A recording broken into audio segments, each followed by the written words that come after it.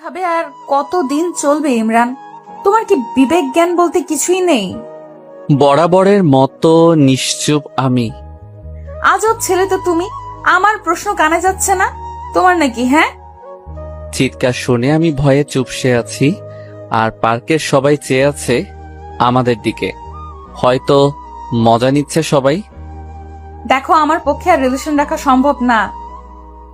কেন? কেন তা জানিস না তুই? তোর মতো ছেলে আমার পায়ের নিচে পড়ে থাকে, বুঝছিস? ভাবছিলাম প্রেম করে পরে তোরে শুধরে নিব, কিন্তু শুধরানো তো কি, উল্টো আরো খ্যাত হতে লাগলো।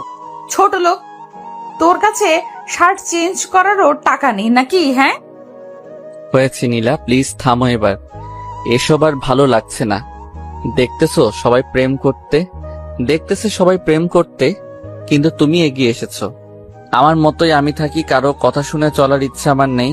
আর হ্যাঁ, আমার টাকা নাই তাই কিনি না। হয়েছে, আর কিছু শুনতে চাও? অপমান না করলেও পারতে। ও এই অপমান সেই লাগছে তোমার গায়ে, সেরকম তাই না? তোমার জন্য যে আমার বান্ধবীগুলো অপমান করে আমায়, সেটা আমার ভালো লাগে না। আমার লাগে না? ও সেটা তো তোমার লাগবে না, কারণ তারা তো আমায় অপমান করেছে, তোমায় না। যত সব খ্যাত। বলেই চলে গেল নীলা, আর আমি পার্কেই দাঁড়িয়ে আছি। সব লোকের সিনেমা দেখা শেষ, তারাও যে যার বয়ফ্রেন্ড গার্লফ্রেন্ডের দিকে চলে গেল।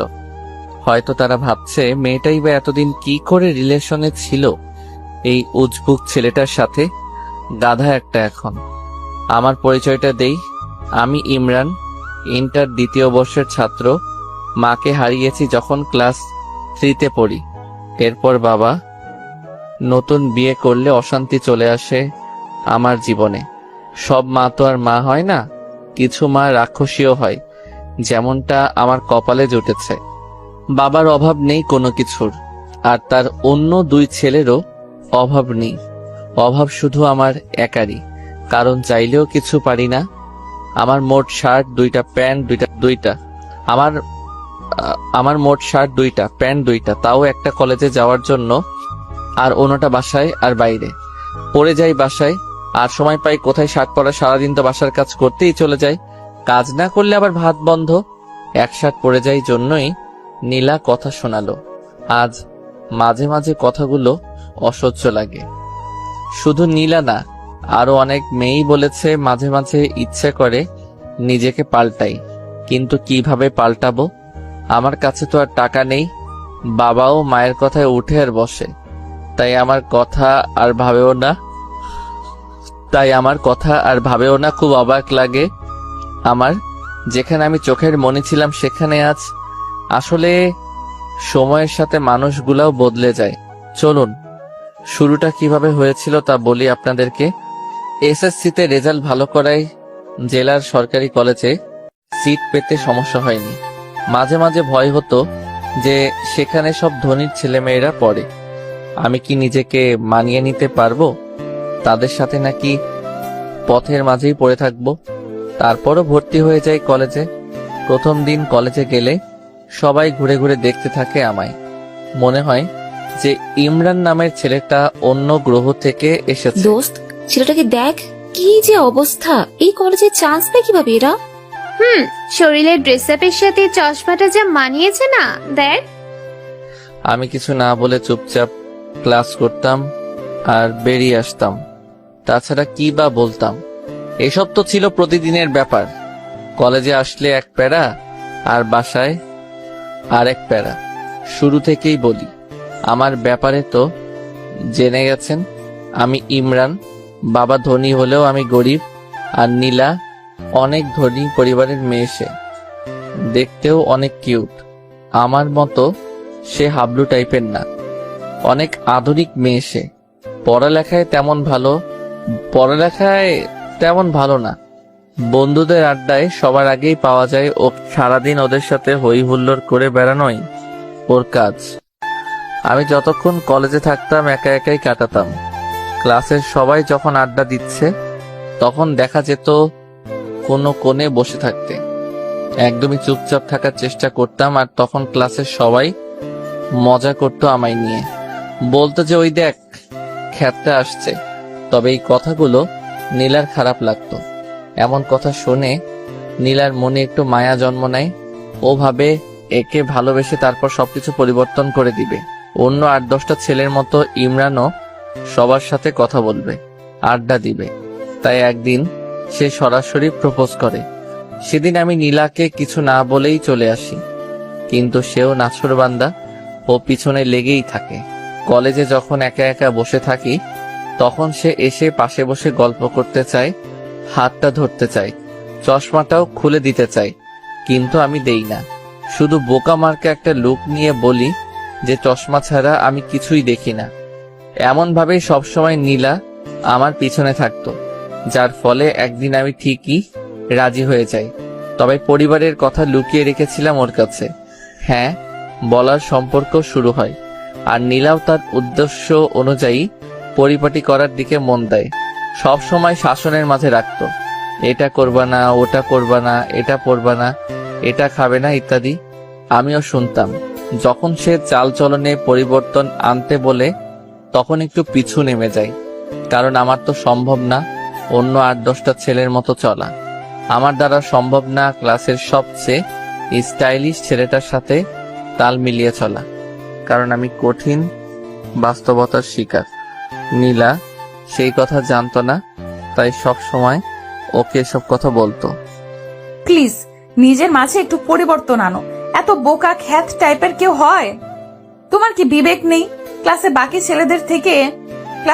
ছেলেদের দিকে তাকাও একবার। ওরা কিভাবে চলে আর তুমি কিভাবে চলো?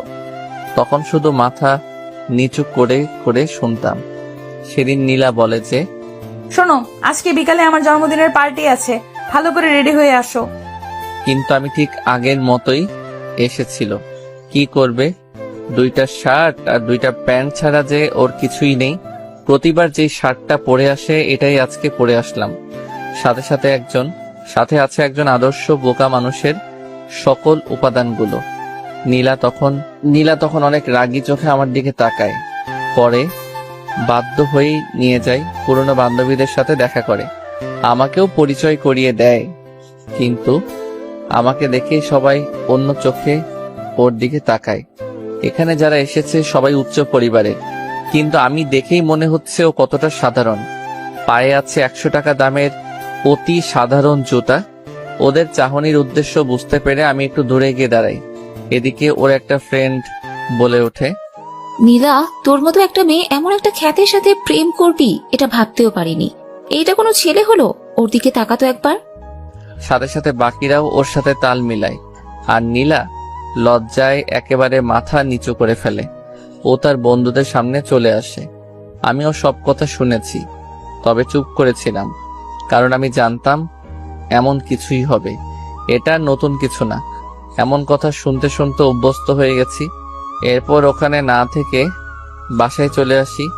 নীলা খুব রেগে গিয়ে বলেছিল, যদি কালকে শার্টটা পরিবর্তন করে না আসি তাহলে অন্য কিছু হয়ে যাবে। আমি তখন বলতে চাই আমার কথাগুলো, কিন্তু সেটা না শুনেই ফোন কেটে দেয়। খুব কষ্ট হচ্ছে আমার জন্য আজকে ওকে এতটা অপমানিত হতে হলো। ভাবলাম বাবার কাছ থেকে কিছু টাকা চেয়ে নিবে, যাতে করে নতুন একটা শার্ট কিনা যায়। কিন্তু বাবার রুমে গিয়ে দেখি প্রচন্ড ঝগড়া হচ্ছে তাদের, আর ঝগড়ার মূল কারণটাই হলাম আমি। ঝগড়ার এক পর্যায়ে মা বলে ওঠে, কি পেয়েছো তুমি?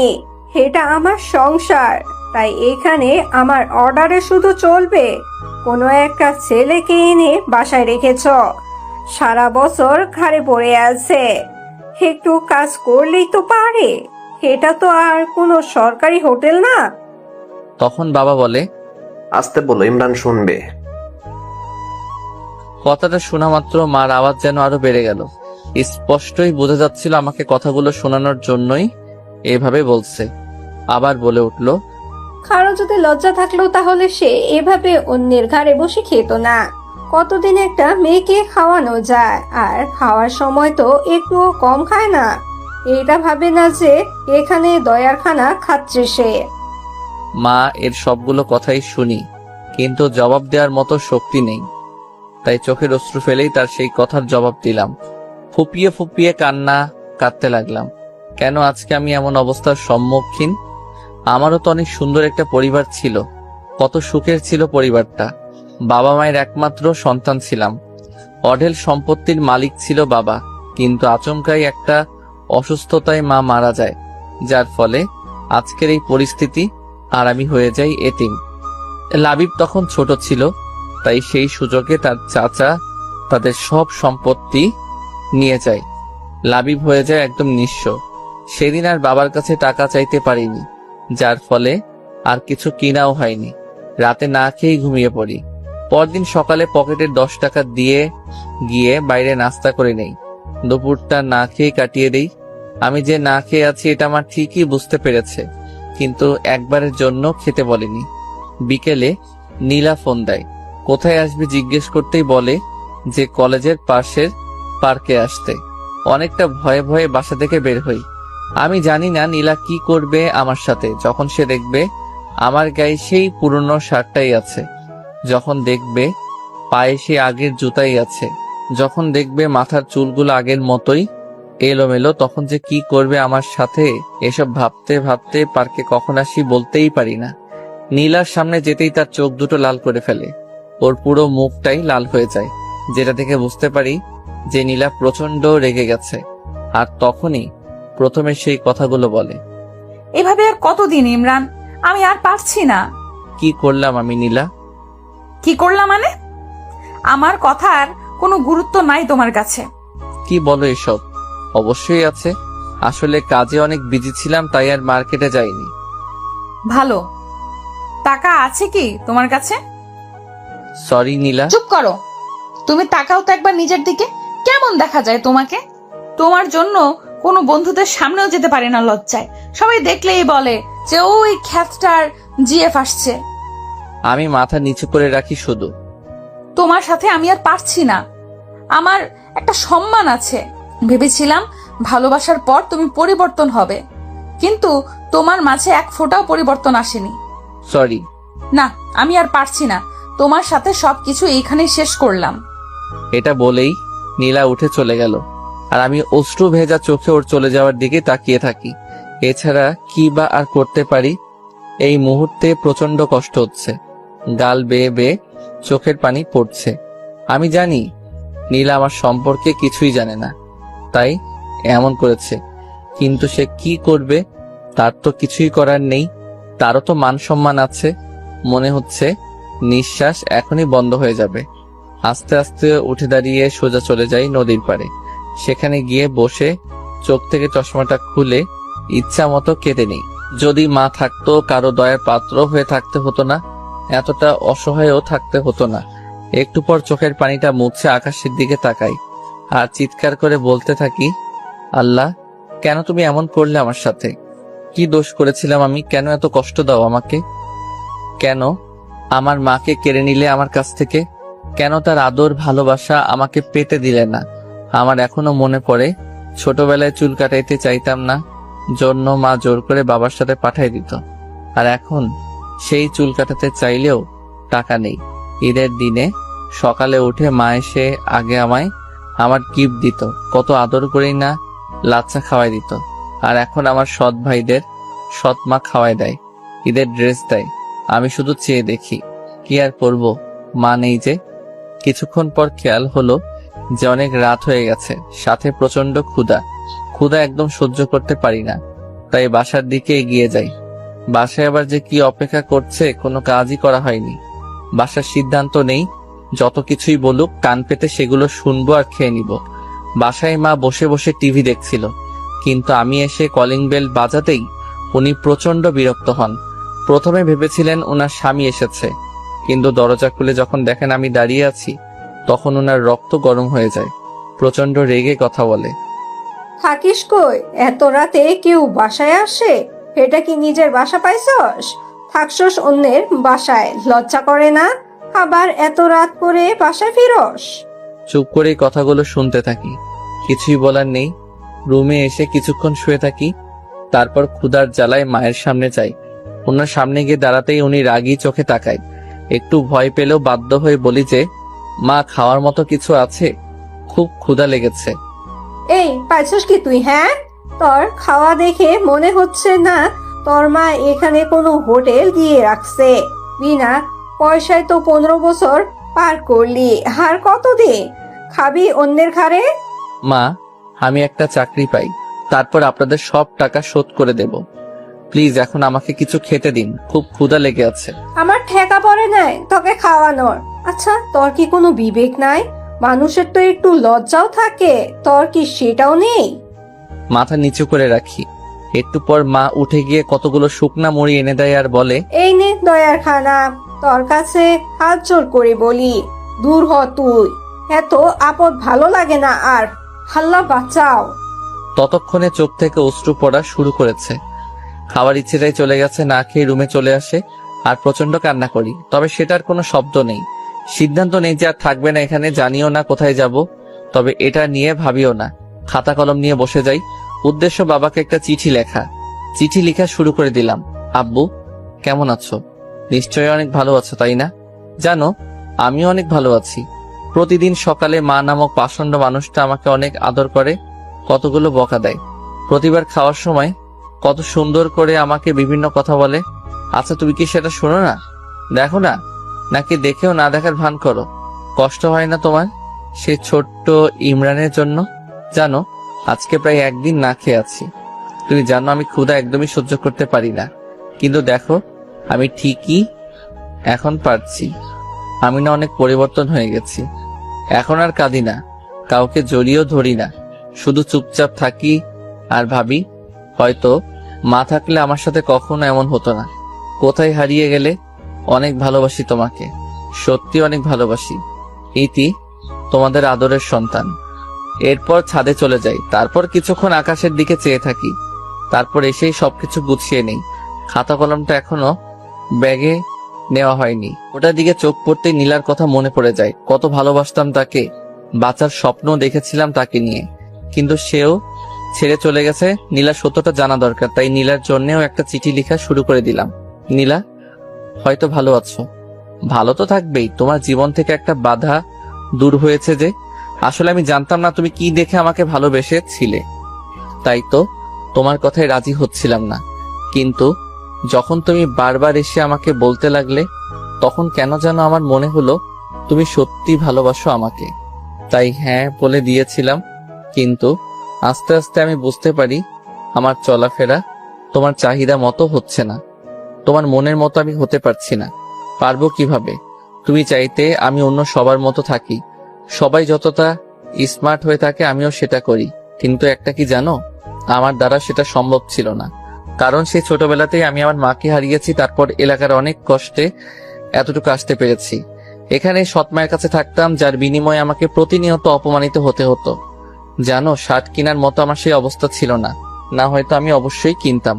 কে না চাই তার প্রিয় মানুষের মনের মতো হতে বলো? আমি চলে যাচ্ছি দূরে, অনেক দূরে। জানি না কোথায় যাব, কিন্তু কথা দিচ্ছি আর তোমার সামনে আসবো না। ভালো থেকো। এটা নিয়ে বাসা থেকে বের হয়ে যাই। আসার সময় মাকে বলে আসি যে যদি কিছু করে থাকি তাহলে ক্ষমা করে দিতে। আমি হয়ে যাওয়ার পর মার মুখে বিশ্বজয়ের হাসি ফুটে উঠেছিল। চিঠিটা নিয়ে সোজা নীলাদের বাসায় চলে আসি। দারোয়ানকে চিঠিটা নীলাকে দিয়ে দেওয়ার জন্য বলি, তারপরে সামনের দিকে পা বাড়াই। ইমরান জানে না সে কোথায় যাচ্ছে। লেখক সেখানে থমকে দাঁড়ায়, দু চোখ দিয়ে শুধু দেখতে থাকে ইমরান এগিয়ে যাচ্ছে সম্মুখে, গন্তব্যহীন পথে। তার সাথী হিসেবে আছে হাজারো অব্যক্ত কথা আর বুক চিরে দেওয়ার মতো কষ্ট। একটা সময় ইমরান মিলিয়ে যায় রাতের অন্ধকারে, আর দেখা যায় তাকে। চশমা পরা বোকা ছেলেটা ফেরেনি আর। দারোয়ান নীলাকে ঠিকই চিঠিটা দিয়েছিল। নীলা চিঠিটা পড়া মাত্রই চিৎকার করে কেঁদে ওঠে। সে কান্না করতে করতে বাসা থেকে বের হয়েছিল ইমরানকে খুঁজতে, কিন্তু ততক্ষণে নীলা বড্ড দেরি করে ফেলেছে। খুঁজে পায়নি কোথাও চশমা পরা বোকা ছেলেটাকে। নীলা পুরো শহর খুঁজে বেড়াচ্ছে ইমরানকে। ফেসবুকে বিভিন্ন গ্রুপে ছবি দিয়ে পোস্ট করেছে, কিন্তু তাতেও কিছু হয়নি। মাঝে মাঝে ভাবে যে ইমরান আছে কি পৃথিবীতে। না, ইমরান যেতে পারে না। ঠিক এই বিশ্বাসটা নিয়েই খুঁজতে থাকি ইমরানকে। কিন্তু এই পৃথিবীতে এত মানুষের ভিড়ে কাউকে খুঁজে পাওয়া কি এতটাই সোজা? এভাবেই চলতে থাকে দিন, আর দেখতে দেখতে পরীক্ষাও চলে আসে। নীলা ভাবে ইমরান হয়তো এইচএসসি পরীক্ষা মিস করবে না, তাই সে প্রতিটা দিন সবার আগে এক্সাম হলে চলে যায়। কিন্তু এতেও কোনো কাজ হয়নি। যে চলে যায় সে একেবারেই চলে যায়, ফেরার জন্য হয়তো চলে যায় না, এরই মধ্যে ঘটে যায় অন্য এক কাণ্ড। ফেসবুকে হঠাৎ মেসেজ রিকোয়েস্ট চেক করতে ইচ্ছে হলো নীলার। মেয়ে মানুষ তো, অনেক মেসেজ রিকোয়েস্ট আসে, কিন্তু কখনো তা চেক করে না। আজ কেন জানি ইচ্ছে হলো চেক করতে। চেক করার এক পর্যায়ে একটা মেসেজ দেখিয়ে নীলার চোখ আটকে যায় সেখানে। আজ থেকে 3 মাস আগের মেসেজ এটা। হ্যালো, আপনি যে ছেলেটার পিক গ্রুপে দিয়েছেন তার মতো কাউকে আমি সিলেটে দেখেছি। হোয়াট? সিলেট? ভাইয়া আপনি কোথায় এখন? প্লিজ একটু তাড়াতাড়ি বলেন না। হ্যালো ভাইয়া, আপনি কি লাইনে আছেন? অপরদিকে কোনো রেসপন্স আর আসে না। হতে পারে আইডির মানুষটা আর ফেসবুক চালায় না। আম্মু, আম্মু। কি হয়েছে মা? মা, আমি সিলেট যাব। এরপর সব খুলে বলে তার মাকে। তা তোর বাবাকে কি বলবি? তুমি ম্যানেজ করো না প্লিজ। ওকে দেখি। আচ্ছা চল একটা প্ল্যান করি। কি প্ল্যান আম্মু? শোন, ওখানে গিয়ে তোর খালার বাসায় উঠবি। তারপর তোর বাবাকে বলবি আমি এখান থেকে অ্যাডমিশন কোচিং করব। তানহা আছে, ওখানে একসাথে যাওয়া আসা করবি। বেশ হবে, তাই না? হোয়াট আইডিয়া আম্মু, love you. I love you too my sweet মামনি। আসলে নীলা আর ওর মায়ের সম্পর্কটা অত্যন্ত মধুর। অনেক মেয়েরই মায়ের সাথে এরকম ভাব থাকে। আপনাদের কারো এরকম মা থাকলে অবশ্যই বলবেন কমেন্টে। এরপর প্ল্যান অনুযায়ী চলে যায় সিলেট। সেখানে তার ছোট মামুনি, খালু আর তার সমবয়সী এক বোন যার নাম তানহা আছে। বাসে উঠলে পরের দিন গিয়ে বাস স্টপে নামে। এরপর তার বোন নিতে আসলে তার সাথে চলে যায়। হ্যালো মামুনি, কেমন আছো?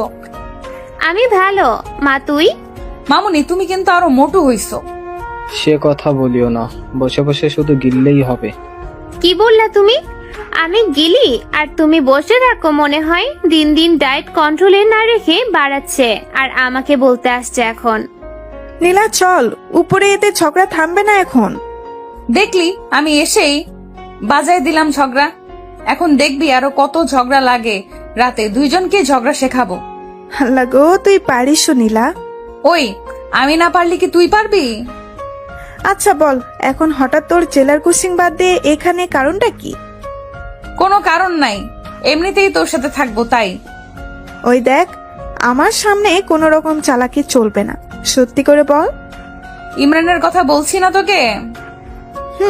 ওই খ্যাতটা তো কি করছে হাদারাম? ওকে সেদিন অনেক অপমান করি জন্মদিনে। তারপর থেকে অনেক খুঁজেছি আর পাইনি, এই চিঠিটা পাইছি শুধু।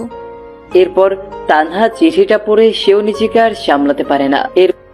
নীলা একটা মা কিভাবে এরকম হতে পারে? এরা মা না অন্য কিছু? বাদ দে, আমাদের কাজ ওকে খুঁজে বের করা। তাই করতে হবে। পর কোচিং, বাসা, শহর সব জায়গা খুঁজেছে, কিন্তু কপাল খারাপ, কোথাও পায়নি। পায়নি সেই আইডি থেকে কোনো সিগন্যাল। এদিকে আস্তে আস্তে দিনও যেতে থাকে। ভর্তি পরীক্ষা, অনার্স সব শেষ। ইমরানের কথা মনে করতে করতে যে কিভাবে 4টা বছর কেটে গেল নীলার জীবন থেকে। মাঝে মাঝে এইসব মনে করে অনেক হাসি পায়। নীলা এতদিন যে খোঁজেনি তা কিন্তু না। প্রতিটা দিন যেখানে গেছে সেখানেই খুঁজে বেরিয়েছে, কিন্তু পায়নি। দেশের প্রায় সব জায়গায় খুঁজেছে নীলা। মাঝে মাঝে ভাবে যে সামান্য দেশের মানুষগুলোর মাঝে নিজের ভালোবাসাকে খুঁজে পাচ্ছে না। তাহলে কি ভালোবাসলো সে? নীলা মা, ওর তাড়াতাড়ি, আজ তোর ইন্টারভিউ না? আজ নীলা জবের ইন্টারভিউ দিতে যাচ্ছে। জীবনে যাই হোক, কখনো পড়াশোনার সামনে মাথা নত করেনি, তাই আজ এই জায়গায় এসে দাঁড়িয়েছে। হ্যাঁ আম্মু, উঠতেছি। আয় নাস্তা খেয়ে নে। উফ আম্মু, সকালে ডিম খেয়ে গেল, ইন্টারভিউ ডিম পাবো। চুপচাপ খেয়ে নে। ওকে ওকে। আম্মু আম্মু, গেলাম আমি। বাবা কোথায়? এই যে আমি এসে গেছি। চললাম, বাই। ওকে, সাবধানে যাস। ওকে। পর তানহাকে ফোন দেয় নীলা। হ্যালো, কই তুই? এই তো বের হলাম, তুই কোথায়? আমিও বার হইছি। ওকে আয়। এরপর তারা তাদের গন্তব্যে ফিরে ওয়েটিং রুমে বসে অপেক্ষা করছে। একটু পর তানহা ডাক এলো। সে নীলাকে রেখে চলে গেল ভেতরে, আর 15 মিনিট পর ফিরে এলো। কি হইল ভেতরে? চাকরির কি হইলো জানি না, তবে ক্রাশ খাইছি রে। হইছে থাম, তোর বয়ফ্রেন্ড জানলে আত্মহত্যা করবে, এমনিতেই যে ঢঙ্গি সে। ওই আমার বিএফ কে নিয়ে বাজে বলবি না, আর যাই বলিস অফিসের বস দেখতে সেই, এই অফিসে কাজ করতে পারলে জীবন ধন্য হবে যে। হইছে হইছে থাম, আমার সিরিয়াল আসছে, আমিও গিয়ে দেখে আসি তোর ক্রাশকে। আসবো স্যার? জি আসেন। ভেতরে গিয়ে নীলাও ক্রাশ খেয়ে যেন কথা বলার ভাষা হারিয়ে ফেলেছে সে। ও হ্যালো, মুখ বন্ধ করেন, মশা ঢুকবে ভিতরে। সরি, আসসালামু আলাইকুম স্যার। নীলা তোতলিয়ে বলা শুরু করেছে অলরেডি। আপনি তোতলা নাকি? কই না তো, এমনি কিরকম লাগতেছে? ও ফাইলগুলো দিবেন নাকি এরকম করে বসে থাকবেন সারাদিন? ইচ্ছা করে তো বসে। সরি, কিছু বললেন? না স্যার, এই নিন ফাইল। সব ঠিকঠাক। এখন বলেন, আপনার ব্রেকআপ হয়েছে কত বছর আগে? এসব কিরকম প্রশ্ন স্যার? বলেন দেখি। 4 বছর। Okay fine. আরো প্রেম করেন নাকি? না। ওকে, এখন আসতে পারেন, আর কাল থেকে কাজে জয়েন করবেন। এই কি হইল, সাবজেক্টের কোনো প্রশ্ন না করে চাকরি? এইরকম হইলে আগে বলতেন, তাহলে 4-5 দিন ঘুম বাদ দিয়ে পড়তাম না। কি করতেন তাহলে? মুভি দেখতাম। Good good. এরপর নীলা চলে আসে বাইরে। কিরে, এতক্ষণ কি হইল? সেই কথা আর বলিস না। এরপর সব খুলে বলল। সাত তো মনে হয় ফিদা হয়ে গেছে তোর জন্য। হ্যাঁ, তা না, এমনি হয়তো এইসব বলছিল। হ্যাঁ হ্যাঁ, অপরিচিত কাউকে কেউ এমন এমন প্রশ্ন করে, তাই না? বাদ দে, চাকরি তো হইছে। বাসায় চল। মা তোকে আমাদের ওখানে যেতে বলছে। ওকে চলো, তোমার তো চাকরি হইল, তাই বেশ মজাতেই আছেন। আমার কপালে যে কি জোটে। ঠিক যেখানে লেখকের কলম থেমে গেছিল, সেখান থেকে জন্ম নেয় আরো একটা নতুন গল্পের। আসলে পৃথিবীটা এরকম, যেখানে কিছুর সমাপ্তি ঘটে সেখান থেকেই আবার নতুন কিছু শুরু হয়। বাসে এসে কলিং বেল বাজালে নীলার আম্মু এসে দরজা খুলে দেয়। আম্মু আম্মু, চাকরি হয়ে গেছে। হাত ধরে নাচতে লাগলো নীলা। ওই ওই, ছাড় আমাকে, পড়ে যাবো তো। কিচ্ছু হবে না। নীলা ছাড়, এখন পরে মজা করিস। তোর পেছনে তেলাপোকা দেখ। কই কই? নাই, চলে গেছে। হারামি, ভয় দেখাস আমাকে? শুধু রুমে চল, মজা দেখাবো এখন। ও মামুনি, দেখো না তোমার মেয়ে কিরকম ট্রেড দিচ্ছে। তোরা না যা, রুমে গিয়ে ফ্রেশ হ। ওকে। এরপর দুজনে উপরে চলে যায়। তানহা, এখানে আয়, দরজা লাগিয়ে। দরজা লাগাবো কেন? ও তুমি বুঝবে না সোনা, লাগাও না। ওকে, এখন বল। এরপর নীলা মোবাইলের লুঙ্গি ডান্স গান চালু করে তানহাকে নিয়ে শুরু করে দেয় উড়াধুরা ড্যান্স। ওই, এগুলো ডান্স দিচ্ছিস নাকি মারপিট করতেছিস? দুটোই। দুজনে অনেক ক্লান্ত ড্যান্স করে। তানহা, তুই ওয়েট কর, আমি গোসল সেরে আসি। না, সেটা হবে না, একসাথে গোসলে যাব। এরপর সেখানে আবার আরো একবার তাদের মারামারি লেগে যায়। আর তখন আমায় তেলাপোকার ভয় দেখাইছো না সোনা। এখন সারাদিন ভেতরে থাকো গো, দরজা আর খুলে দিব না। ওকে বাবু, আমি মুভি দেখি ভিতরে। তুমি তো জানো না গো, ভেতরে মুভি দেখার মজাই আলাদা। তাই বুঝি, দেখো তাহলে। ওকে। থাক, বার হয়ে আয় না, দেই তোকে কষ্ট। এখন খুললি কেন? সারাদিন না রাখবি? সারাদিন রাখলে অসুস্থ হবি, তখন তো ওষুধ আমার বাবাকেই কিনে দিতে হবে, তাই দরকার নেই। কি সেভিং পার্সন আসলো, নিজে সারাদিন কত হাজার খরচ করে তার নাই ঠিক এখন আসছে। হয়েছে হয়েছে, আয় এখন নিচে যাই, ফ্রিজে ফুচকা আছে, খাওয়াবো, চল। তাই নাকি? চল তাহলে। চলে সমবয়সী বোন থাকলে যা হয় আর কি। বিকেলের দিকে তানহার কনফার্মেশন মেসেজ আসে, সে অনেক খুশি। রাতে দুজনে খেয়ে ছাদে চলে যায়। তানহা, বল। জানিস, দিনগুলো না সুন্দর হাসি ঠাট্টা তামাশা ফাজলামিতে কেটে যায়, কিন্তু রাত হলেই আর থাকতে পারি না, খুব মনে পড়ে যায়। আসলেই রে, রাতগুলো এরকম, রাতগুলো দিনের বাহিরে অবরোধ ভেদ করে ভেতরের মানুষগুলোকে বের করে দেয়, যার চিত্র দিনের বেলা থেকে সম্পূর্ণ আলাদা। হুম, ঘুমাবো চল, কাল প্রথম অফিস, তাই লেট করা যাবে না। হ্যাঁ চল। এরপর রাতটা কেটে যায়। পরদিন সবার কাছ থেকে দোয়া নিয়ে পা বাড়ায় অফিসের দিকে।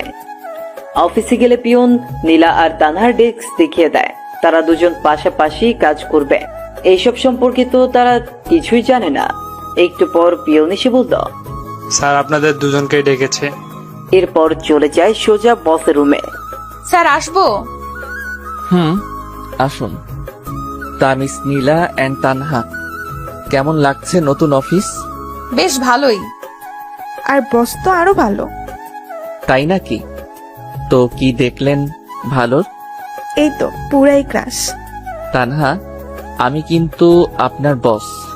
না রাখেন তো, আমি বস টস বলতে পারবো না, ভাইয়া বলে ডাকবো প্লিজ।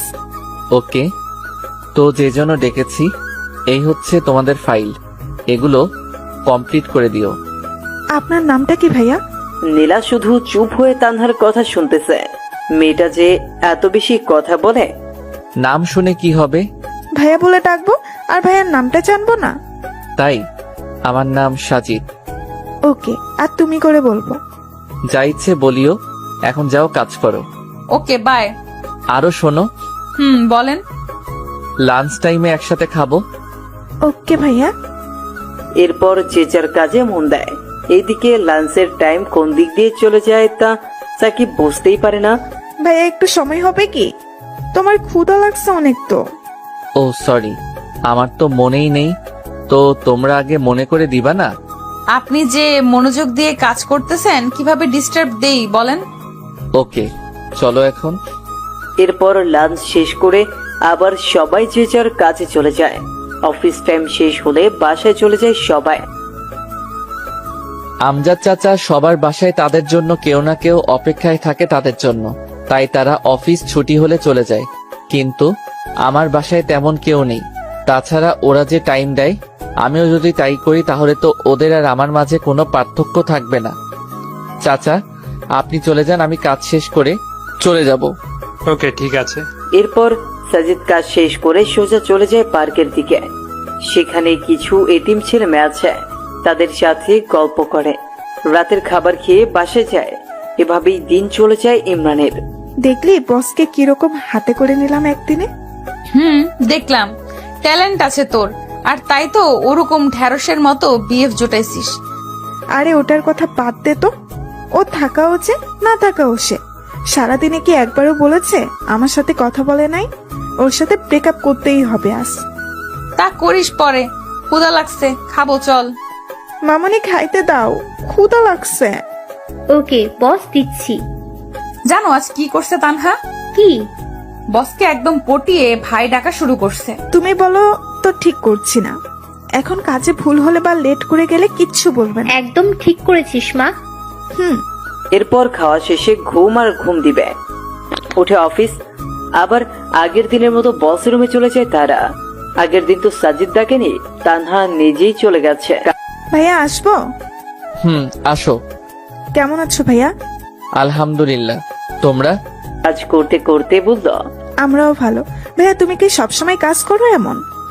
এটা ছাড়া তো আর কোনো কিছু নেই জীবনে, তাই এটাই করি শুধু। জীবনে বলতে? ওসব তোমাদের বুঝতে হবে না। তো ভাইয়া কাল বাসায় গেছো কয়টায়? 9টার দিকে। এতক্ষণ কি অফিসে ছিলা? মাগরিবের পর অফিস থেকে বার হইছি। এরপর কি করছো যে বাসায় যেতে এত লেট হইছে? তোমাকে জানা লাগবে না এত কিছু, নিজের কাজ করো যাও। ভাইয়া আমি না তোমার বোন, আমাকে বলবো না? দেখো কোনো ইমোশনাল ব্ল্যাকমেল করবা না, কাজে যাও, লাঞ্চে কথা হবে। ধ্যাৎ। এরপর নীলা তানহা চলে আসে।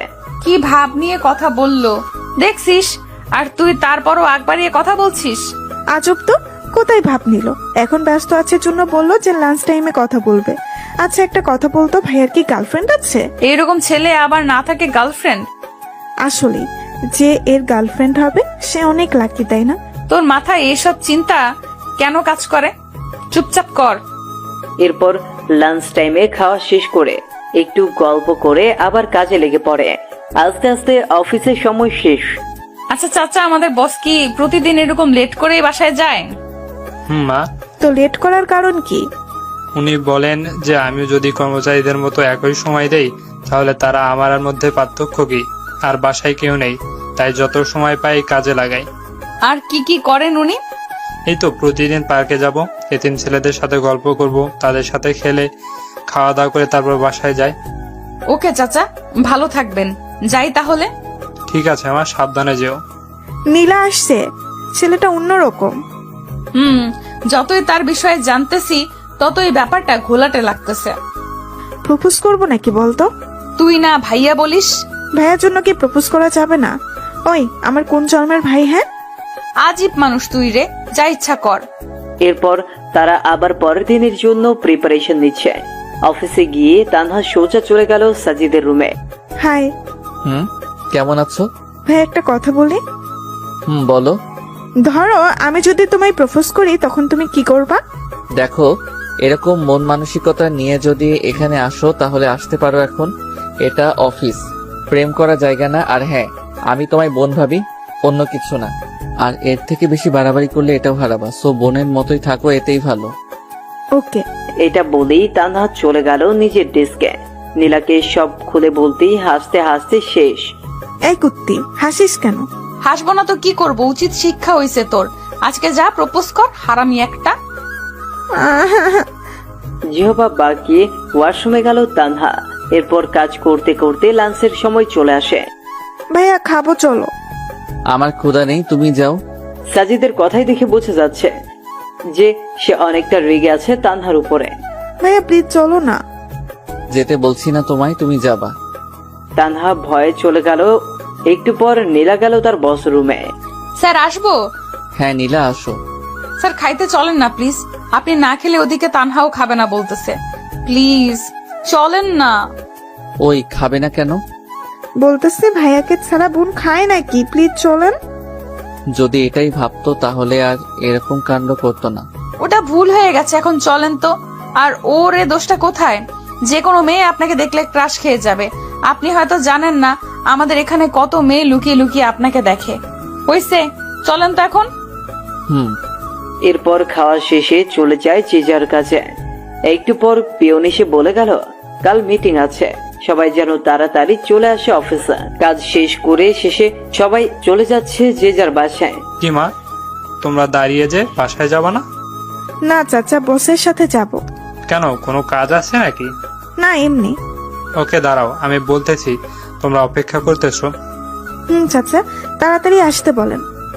একটু পর সাজিদ বাইরে চলে আসলো। কি তানহা, বাসা না গিয়ে এখানে কেন এখনো? তোমার সাথে যাব তাই। কিন্তু আমি তো এখনই যাব না, এখান থেকে পার্কে, তারপরে রাতে বাসায় যাব। কেন, পার্কে কি স্পেশাল কেউ আছে নাকি যে আমরা গেলে সমস্যা হবে ভাইয়া? হারে তা না, ওকে চলো। আচ্ছা ভাইয়া, তুমি এতটা গুছালো কি করে? ও তাহলে এসব বলার জন্য সাথে আসছো? আরে তা না, বলো না ভাইয়া প্লিজ। চুপচাপ চলো। একটু পর তারা পার্কে পৌঁছে গেল। আর সাজিদ পার্কে যেতেই সব ছেলে মেয়েগুলো চলে আসলো। এরা কারা? কেন দেখতে পাচ্ছ না? তা তো দেখতেছি, কিন্তু তোমার সাথে কি? এরাই আমার ভাই বোন বন্ধু, আমার মতো এরাও একা। তবে একটা পার্থক্য আছে, আমি মা বাবাকে হারাইছি আর এদের মা বাবা এদের ফেলে দিয়েছে। সমাজে এদের অগ্রাধিকার নেই, কারণ এরা নোংরা ভালোবাসার ফসল। এটাই তো আমাদের দেশ। বুঝলাম। যখন ফ্রি থাকি আমি এখানে চলে আসি, এদের সাথে কথা বলি, খেলি, অনেক ভালো লাগে। চলো ওই দোকানে যাই। নীলা পাশে দাঁড়িয়ে শুধু দেখতেছে আর অবাক হচ্ছে। দোকানে কেন? ওখানে এরা প্রতিদিন 3 বেলা খায়, যা ইচ্ছা খায়, আমি রাতে এসে বিল দেই। ভেরি গুড ভাইয়া। আসলে যাদের এদের পাশে থাকা দরকার তারা থাকে না। মানুষ কেমনে পারে এত নোংরা হতে? কয়েকদিন আগেও দেখলাম যে ড্রেনের বাড়িতে বাচ্চার লাশ। তাদেরকে একবারও মনে হয় না শিশুটা বড় হলে কি খেয়ে বেঁচে থাকবে? এগুলো কিন্তু তোমার আমার মতো ছেলেমেয়েরাই করে। তো ভাইয়া কাল কি আছে অফিসে? সেটা কালই দেখিও। ভাইয়া আমার না কিছুদিন ছুটি লাগবে। শুধু তোমার, এই ম্যাডামের লাগবে না? স্যার আমারও লাগবে। তো এরকম স্ট্যাচু হয়ে আছেন কেন? মনে মনে কোনো একজনকে খুঁজে বেড়াচ্ছি তাই। ও তাই? তো কে বয়ফ্রেন্ড নাকি? তো কতদিন থেকে খুঁজতেছেন? প্রায় 6 বছর। ও মাই গড, এতদিন ধরে খুঁজেও পাননি। আচ্ছা, অনেক রাত হয়েছে, এখন বাসায় চলে যান। ভাইয়া দাঁড়াও। দাঁড়িয়েই তো আছি, বসতে বলো নাকি? ভাইয়া তুমিও না। নাও এটা তোমার। কি এটা? আর কিসের জন্য? খুলে দেখিও পরে, আর বোনের তরফ থেকে ছোট্ট একটা গিফট। ওকে। এরপর যে যার বাসার দিকে চলে গেল। বেশ ভালোই লাগছিল, কিন্তু হেঁটে, তাই না? ছেলেটার কাজগুলো দেখলে আরো আশ্চর্য হয়ে যায়। এরপর তারাও বাসায় চলে আসে। ও আম্মু, আজ কি হয়েছে জানো? কি? তানহা প্রপোজ করছে বসকে। তারপর? তারপর আর কি, দিল কথা শোনায়। তানহা দেখি বেস্ট ফার্স্ট। নে এখন খেয়ে নে। আম্মু, ছেলেটা না অন্যরকম। খাইতে খাইতে বলতে লাগলো, কি রকম? আরে মামুনি, কাজগুলো না পুরাই আজব আজব। ওনার নাকি মা বাবা কেউ নেই, তাই কিছু এতিম ছেলেকে নিজের দায়িত্বে পড়ায়, খাওয়ায়, আরো কত কি। এতে খারাপ কি? ভালোই তো। তো আমি কি খারাপ বলছি নাকি? তা না। আচ্ছা, একদিন নিয়ে আসিস বাসায়। ওকে, আনবো। এরপর খেয়ে দুই বোন চলে যায় ছাদে। আচ্ছা তানহা, আমার না আমাদের বসকে দেখে ইমরানের কথা মনে পড়ে যায়। কেন? আরে না, কথাগুলো না কি ওর মতোই। মাঝে মাঝে মনে হয়, আবার মনেও হয় না, কারণ ইমরান তো এরকম না। ওকে ভালো করেই চিনি আমি, কোনোভাবেই এরকম গোছালো হওয়া সম্ভব না। তা ঠিক। আবার দেখ, চাচা বলছে যে বসের কেউ নেই, কিন্তু ইমরানের তো বাবা আছে। ফটকাটা এখানেই। নীলা, একটা কথা বলি। বল। তুই ইমরানকে ভুলে যা, এটাই ভালো হবে। দেখ, ও কোথায় আছে, কেমন আছে তা আমরা কেউ জানি না। তাই ওর আশা ছেড়ে দে, নতুন করে শুরু কর সবকিছু। প্লিজ, নেক্সট টাইম আর এটা বলবি না। ঘুমাবো, চল। এরপর ঘুমায়, আর ঘুম থেকে পরের দিন উঠে চলে যায় অফিসে। চাচা, সবাই এসেছে। হ্যাঁ বাবা। সবাইকে কনফারেন্স রুমে যেতে বলেন, আমি আসতেছি একটু পর। একটু পর সবাই চলে আসলো। Hello guys, attention please. কাজ তো অনেক হলো, এবার একটা আনন্দ মজা করার দরকার। তাই ঠিক করছে, আগামী বুধবার আমরা ঘুরতে যাব বান্দরবনে। কি তোমরা প্রস্তুত তো? Yes sir. So guys, let's enjoy. আর আশা করি এখনো 2 দিন বাকি আছে। এই 2 দিন সবাই সবার কাজগুলো সেরে ফেলবেন, আর বুধবার ঠিক 7টায় অফিসে চলে আসবেন। ওকে। সবাই সবার কাজে চলে গেল। নীলা দেখ, স্যারের ফিলিংস আছে, বলতে হবে। ঠিক বলছিস। দাঁড়া, বসের রুম থেকে আসতেছি। ওখানে কেন আবার? আহা, ওয়েট কর না। ভাইয়া, আসবো? আসো। একটা রিকোয়েস্ট রাখবা প্লিজ? কি বলো আগে, তারপর ভেবে দেখবো। ঘুরতে যাওয়ার সময় আমার পাশে বসতে হবে, প্লিজ প্লিজ প্লিজ। ওকে, যদি সকলের সিট আগে ফিল আপ হয় তো বসবো, বাট সিট কম পড়লে সরি। ওকে, থ্যাঙ্কস। কি হইল রে ভেতরে? কি আর হবে, কি আর হবে, স্যারকে পাশে বসানোর টিকিট নিলাম। গুড। এইভাবে আস্তে আস্তে যাওয়ার দিন চলে আসে। সবাই যথাসময় পৌঁছে যায়। তানহা, সামনে দেখ। কি রে, সামনে? ও মাই গড, কে এটা? আমাদের বস। গিটার, ক্যামেরা, কি এসব? মনে হচ্ছে মজা ভালোই হবে। Hello, how are you? Fine sir, আপনি? ভালো। শোনো, আমাদের জার্নি কিন্তু টোটাল 14 ঘন্টার। এই টোটাল সময়টা অনেক মজা হবে। চাচা কই আপনি? বাবা, আমি রেডি। ওকে, তাহলে গাড়ি ছাড়তে বলেন। সবাই শোনো, কেউ কানে ইয়ারফোন লাগিয়ে গান শুনবা না। মোবাইলের গান তো প্রতিদিনই শুনি, আজ না হয় অন্যের খালি গলায় শুনবো। যার যে গান শুনতে ইচ্ছা করবে, আর এখানে যার গলায় শুনতে ইচ্ছা করবে বলবা আমাকে। সে গান না পেলেও ওই গানের নিম্ন 6 লাইন গাইতে হবে। ক্লিয়ার সবার? তো আগে আমি শুরু করছি একটা গান দিয়ে, এরপর তোমরা শুরু করবা। কার কি গান আর কার কাছ থেকে শুনবা? ওকে। এরপর সাজিদ আস্তে করে গিটার হাতে নিয়ে সুন্দর একটা সুর তুলে বলতে শুরু করলো। চোখে চোখ রেখে বসে আছি এভাবে, দেখো না কি তুমি আমার মনে যে কে, আমার চোখে কি দেখোনি? মনের কথা কি বোঝনি? তবু একবার দেই বলে ভালোবাসি তোমাকে, আবারও বলছি তোমাকে বেসেছি আমি ভালো। এইভাবে সম্পূর্ণটাই শেষ করলো। আর একটা হবে। আরে না, এখন আমি রিকোয়েস্ট করব আমাদের চাচাকে একটা গান বলতে। চাচা আজ না করতে পারবেন না। ইয়াহু। চাচা শুরু করেন। এরপর চাচা শুরু করলো মাইসে ফিরিয়ে দাও গান। কি চাচা, কাকে বলতেছেন এই বয়সে প্রেম ফিরিয়ে দিতে? সবাই তো হাসতে হাসতে শেষ। কই কাউকে না তো। আমি গান বললাম আমি। বুঝছি চাচা, এই বয়সে কাকে মন দিলেন? স্যার, আমাদের সকলের একটা প্রশ্ন আছে। কি প্রশ্ন? আপনি কিভাবে এই কম বয়সে একটা কোম্পানির মালিক হলেন? মানে আপনার জীবনী নিয়ে জানতে চাই। ওটা শেষে বলবো, এখন গানের পর্বটা শেষ হোক। এই তানহা শোন, নীলা তানহার কানে কানে বলতেছে, যে গানটা স্যার বললো সেটা ইমরানের খুব ফেভারিট। আমাকে সে অনেকবার শুনিয়েছে, কিন্তু ইমরান গিটার বাজাতে জানে না। তোর সব কথা রেখে সামনে তাকা। স্যার প্লিজ এখন বলেন না আপনার জীবন সম্পর্কে। খুব জানতে ইচ্ছে করে যে মানুষটা কিভাবে এতটা গোছালো হতে পারে।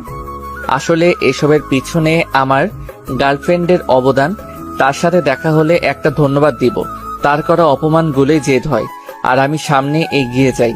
কত যে কষ্ট করতে হয়েছে এই জায়গায় আসতে, সেটা আল্লাহ আর আমি জানি। বাদ দাও ওসব, বাকিটা পরে। ওমা গো, গার্লফ্রেন্ডের হাত তো ভাইয়া এখনো আছে কি? নেই, তবে চোখ বন্ধ করলেই দেখতে পাই। তো এখন আমার প্রশ্ন নীলার কাছে। আজ সে তার ব্রেকআপের গল্প বলবে, এরপর মিস্টার খালিদ আপনি রেডি থাকবেন। আপনাকে এমন কিছু বলতে হবে যেন সবাই হাসে। আসলে আমার বিএফ এর নাম ইমরান। নিজেই একদিন ভুল করেছি আর সে চলে গেছে। কি ভুল করেছিলেন? অপমান করেছিলাম।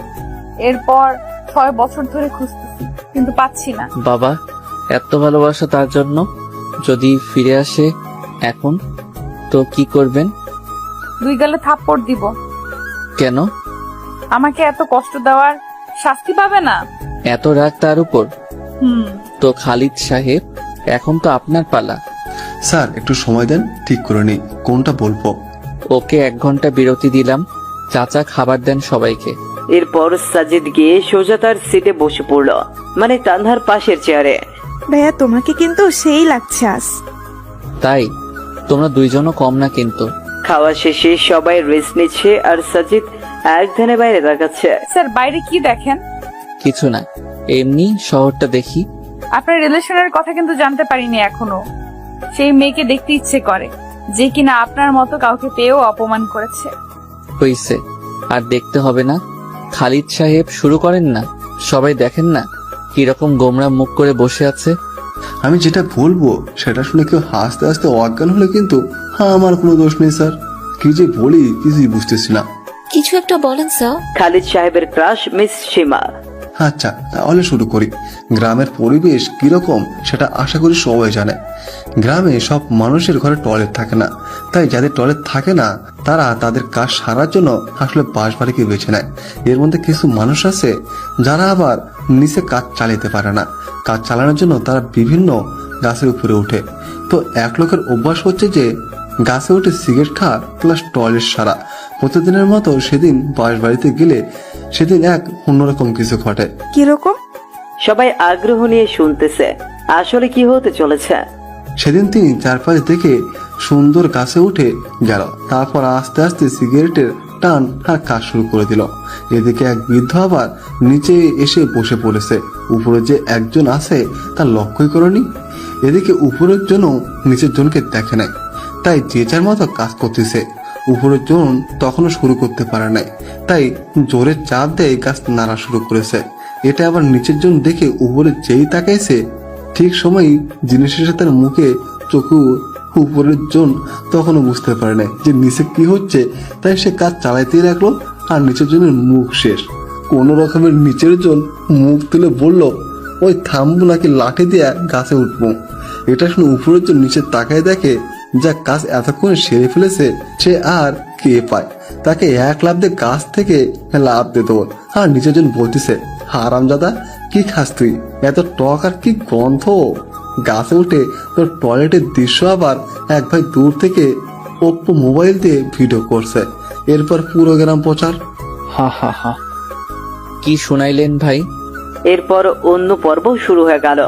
যে যার কাছে ইচ্ছা গান শুনতে যাচ্ছে আর সাজিদ সুন্দর করে গিটার বাজিয়ে যাচ্ছে, যা শুনে সবাই মুগ্ধ। এর মাঝেই তারা দুপুরের খাওয়া শেষ করে দিয়েছে। শোনো সবাই, আর অনলি 5 ঘন্টা রাস্তা আছে। এই সময়টা সবাই একটু রেস্ট নাও। এরপর যে যার সিটে। সাজিদও গেল তার সিটে। একদিকে 3 সিট হওয়ায় সাজিদ, নীলা, তানহা 3 জন একসাথেই সাজিদের পাশে নীলা জানলার পাশে বসে। সাজিদ বাইরের শহর দেখতেছে সে। কতই ব্যস্ত না সবাই, যে যার গন্তব্যে ছুটছে। হয়তো কারো মায়া টানছে তাদের এইদিকে ঘুমের মাঝে নীলা মাথাটা সুন্দর করে সাজিদের কাঁধে দিয়েছে, যা সাজিদের মনে অন্যরকম ভালো লাগে। ইচ্ছে করে হাত দুটো শক্ত করে জড়িয়ে ধরতে, কিন্তু ধরতে গিয়েও কোথায় যেন বাধা পায় সে, তাই আর দেওয়া হয়ে ওঠে না। কি যে মায়াবী লুক একটা, যা দেখে কোনো ছেলে ক্রাশ না খেয়ে থাকতেই পারবে না। সাজিদেরও এর ব্যতিক্রম হবে না। এই যে ভাইয়া, কি দেখতেছো ভাবে? কই কি এমনি কি নিষ্পাপ লাগছে? তাই নাকি? শুধু নীলা না ঘুমাইলে সবাইকে নিষ্পাপ লাগে। তাই নাকি? কই আগে তো জানতাম না। তুমি একটু ঘুমাও তো দেখি কিরকম নিষ্পাপ লাগে। ভাইয়া তুমিও না। এর মধ্যেই নীলা উঠে যায়। এদের কথাবার্তায় সরি, আমি ভুলে মাথা দিয়ে ফেলেছি, স্যার ক্ষমা করবেন। সমস্যা নেই, তুমি এভাবে ঘুমাইতে পারো। না, আর ঘুম আসবে। তাই তাহলে একটা গান শোনাও। ঘুম থেকে উঠে কেউ গান বলার মুডে থাকে নাকি? তাই এই যে পানি নাও আর ফ্রেশ হও। এদিকে এসে আমি বাকিদের অবস্থা দেখে আসি। ওকে। সবার কি অবস্থা, ঠিক আছেন তো? স্যার সবাই ঠিক, শুধু মোটো ভাইয়ের একটু সমস্যা হয়েছে। কি সমস্যা? স্যার চাপ দিয়েছে আর মোটো ভাই সহ্য করতে পারছে না, যখন তখন ড্রাম ফেটে যাবে। মোটু ভাই আর একটু সহ্য করেন, আমি ড্রাইভারকে বলছি কোনো হোটেল দেখে গাড়ি পার্ক করতে। এরপর নিজের সিটে চলে এলো। রাত 11টার দিকে তারা গিয়ে রিসোর্টে ওঠে।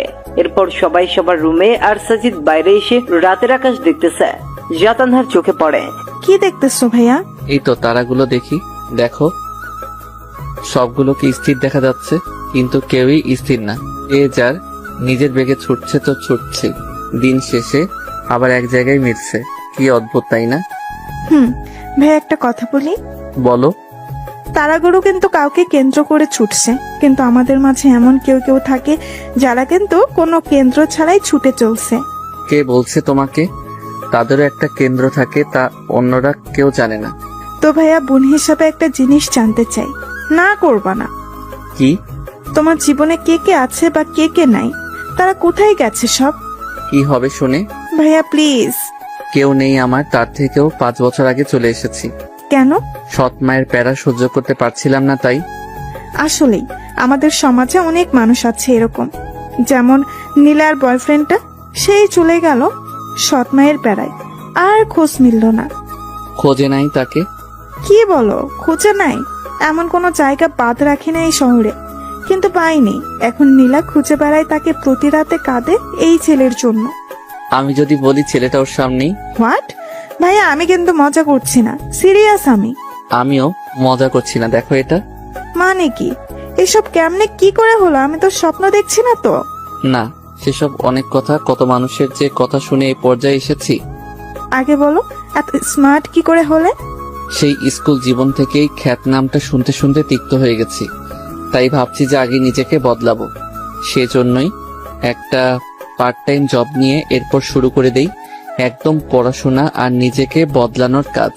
কোনো দিন না খেয়ে থাকতাম, তারপরও বাজার থেকে উন্নত মানের ড্রেসগুলোই কিনতাম। এরকম কত রাজ্যে মুড়ি খেয়ে পার করে দিয়েছি।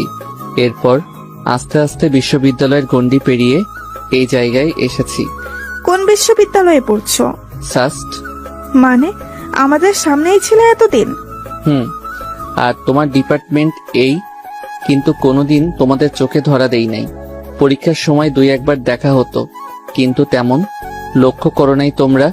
আর এক বড় ভাইয়ের সহযোগিতায় এই কোম্পানিটা খুলি। ওয়েট, ক্লাস টপার কি তুমি সেই সাজিদ? যে কিনা সপ্তাহে একবার ক্লাস করে, ক্লাস টপার? কি আজব, তাই না? আমি নীলাকে বলতেছি সব। ওই থামো, এখন কিচ্ছু বলবা না, দেখবো নীলা চিনতে পারে কিনা।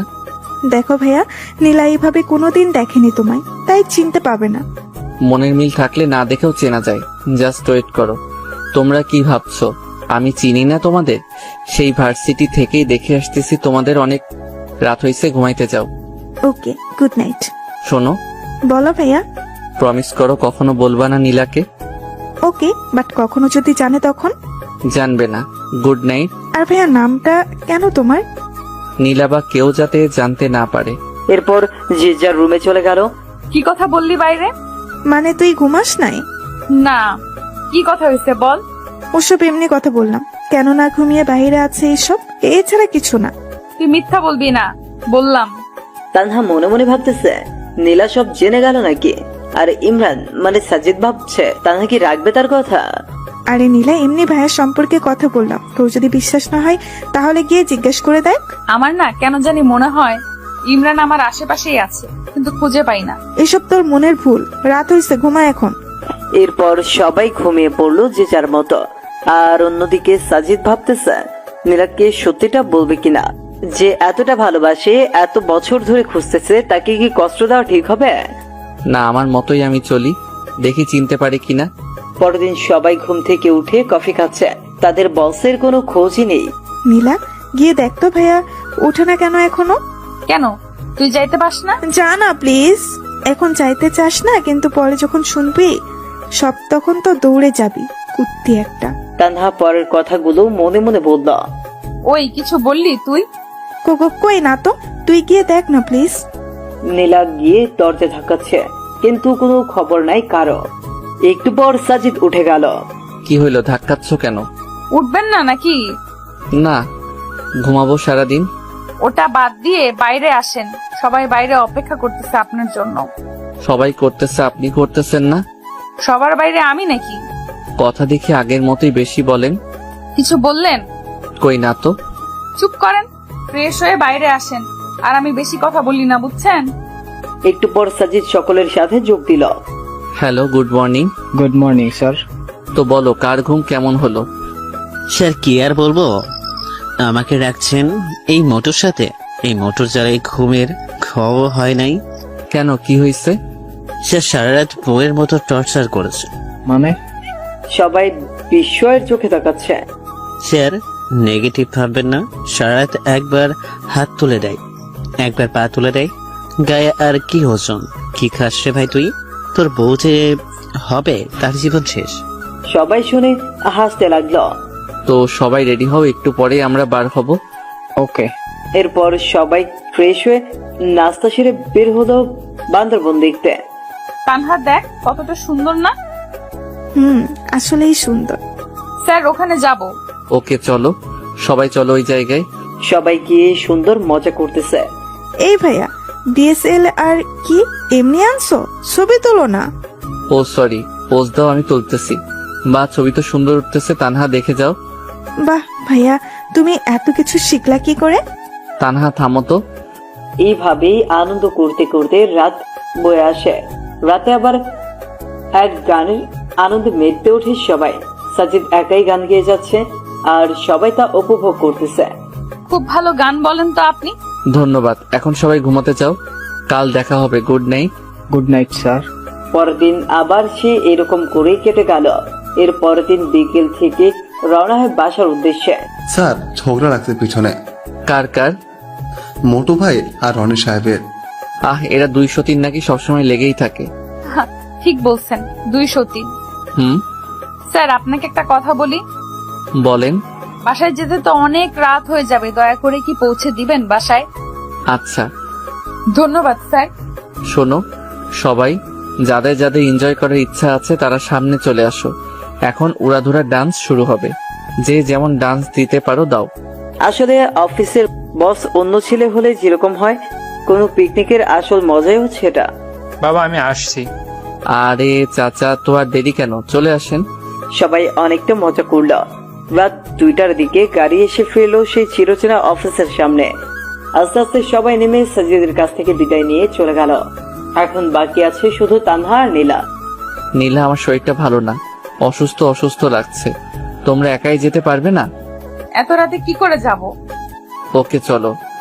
জোর সারতে খুব ভালো লাগছে নীলার, পাশাপাশি হাঁটতে, কাছাকাছি বাসা হওয়ায় বেশিক্ষণ লাগেনি যেতে। নীলা যাও তাহলে, আমি গেলাম। গেলাম মানে এত রাতে কই যাবেন আপনি? ভেতরে আসেন।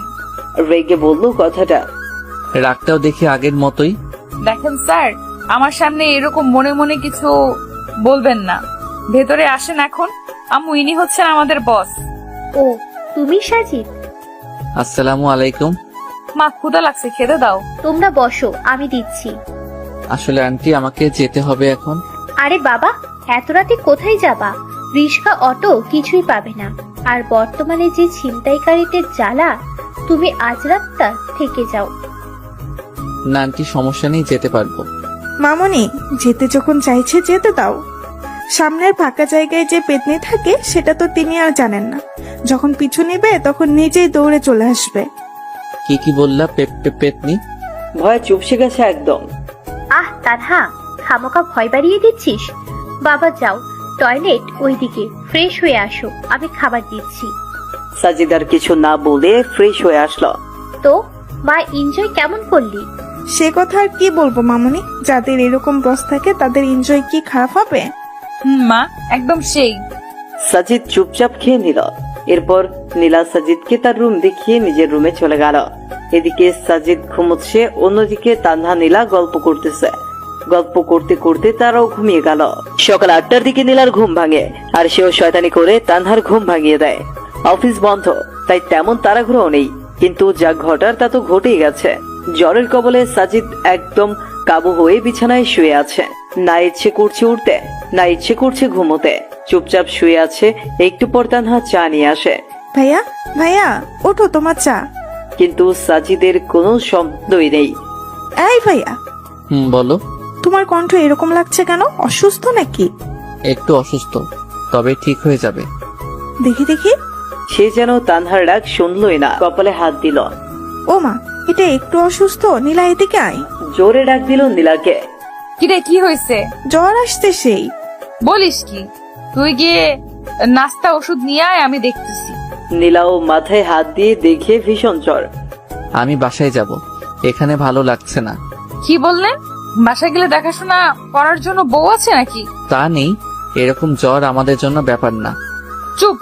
চুপচাপ শুয়ে থাকেন। একটু পর তানহা নাস্তা আর ঔষধ নিয়ে আসলো। এরপর ধীরে ধীরে খেয়ে আবার শুয়ে পড়লো। তোমার শরীর খারাপ, আর এই অবস্থায় বাসায় যেতে চাইছো? বাসায় গেলে খাইতে কি শুনি? সাজিদ চুপচাপ শুনতেছে কথা। এখন ঘুমান, আমি পট্টি দিয়ে দিতেছি। এমনিতেই সেরে যাবে, তার দরকার নেই। আপনারা মনে হয় নাস্তাও করেন নাই, যান নাস্তা করে নেন। চুপ করেন তো।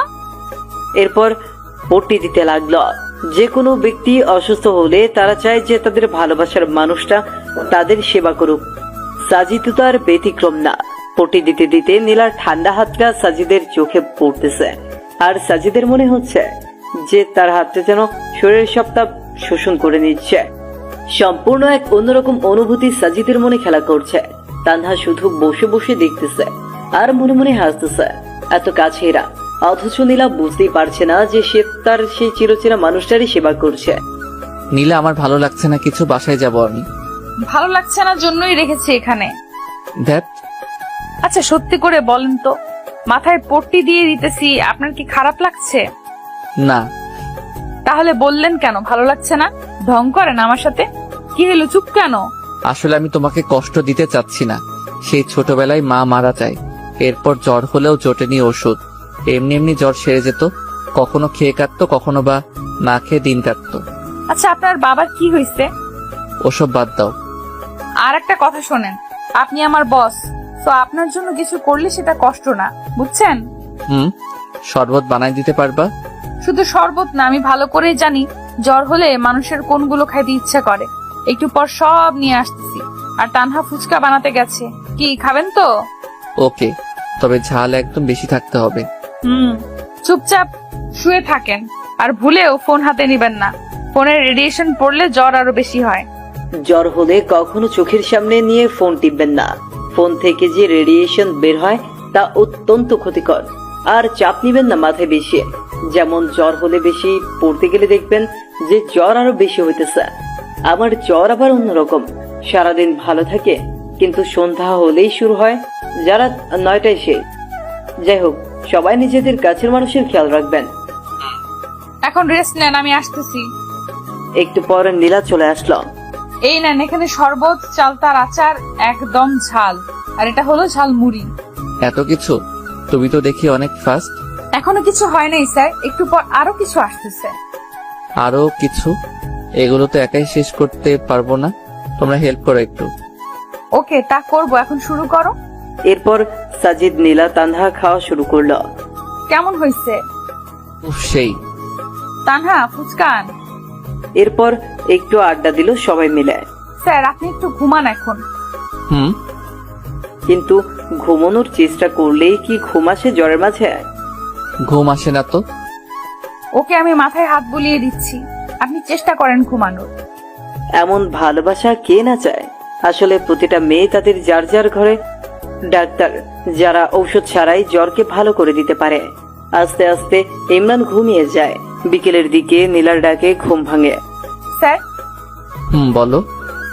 জ্বরটা একটু কমছে, গোসলটা করে নেন এখন। গোসল করলে যদি বেশি হয়? সম্পূর্ণ শরীর না ভিজিয়ে মাথাটা ভেজান আর শরীরে ভেজা কাপড় দিয়ে মুছে নেন, ভালো লাগবে। ওকে। আসলেই বেশ ভালো লাগতেছে। এরপর খাওয়া শেষ করে 1 কাপ চা খেয়ে বাসার দিকে রওনা হয়। কিন্তু জ্বর কি একদিনেই পিছু ছাড়ার পাত্র? বাসার গেটে আসতেই যা যা খেয়েছে তা বের করে দিল মুখ দিয়ে। আস্তে আস্তে জ্বরটাও বাড়তে লাগলো। সাজিদও সুন্দর করে কাঁথা মুড়ি দিয়ে ঘুমিয়ে পড়লো। সন্ধ্যার দিকে অনেকটা ঠান্ডা লাগতেছে। শুয়ে পড়তেই ঘুম ঘনিয়ে আসে চোখে। রাত 2টায় ঘুম ভেঙে যায়। আর আসে না ঘুম। এখন কোন রকম যন্ত্রণা কাজ করতেছে শরীরে। মনে হচ্ছে এর থেকে মরাই ভালো। কোন রকম রাতটা পার করে দিল। হ্যালো চাচা। হ্যাঁ বাবা, হঠাৎ এত সকালে? চাচা আমার জন্য কিছু খাবার আর জ্বরের ওষুধ নিয়ে আসেন তো একটু। ওকে, আমি এক্ষুনি আসতেছি। একটু পর সব নিয়ে আসলো। চাচা আর আজ সবাইকে অর্ধেক বেলা কাজ করে ছুটি দিয়ে দিন। সময় মতো সবাই চলে আসলো।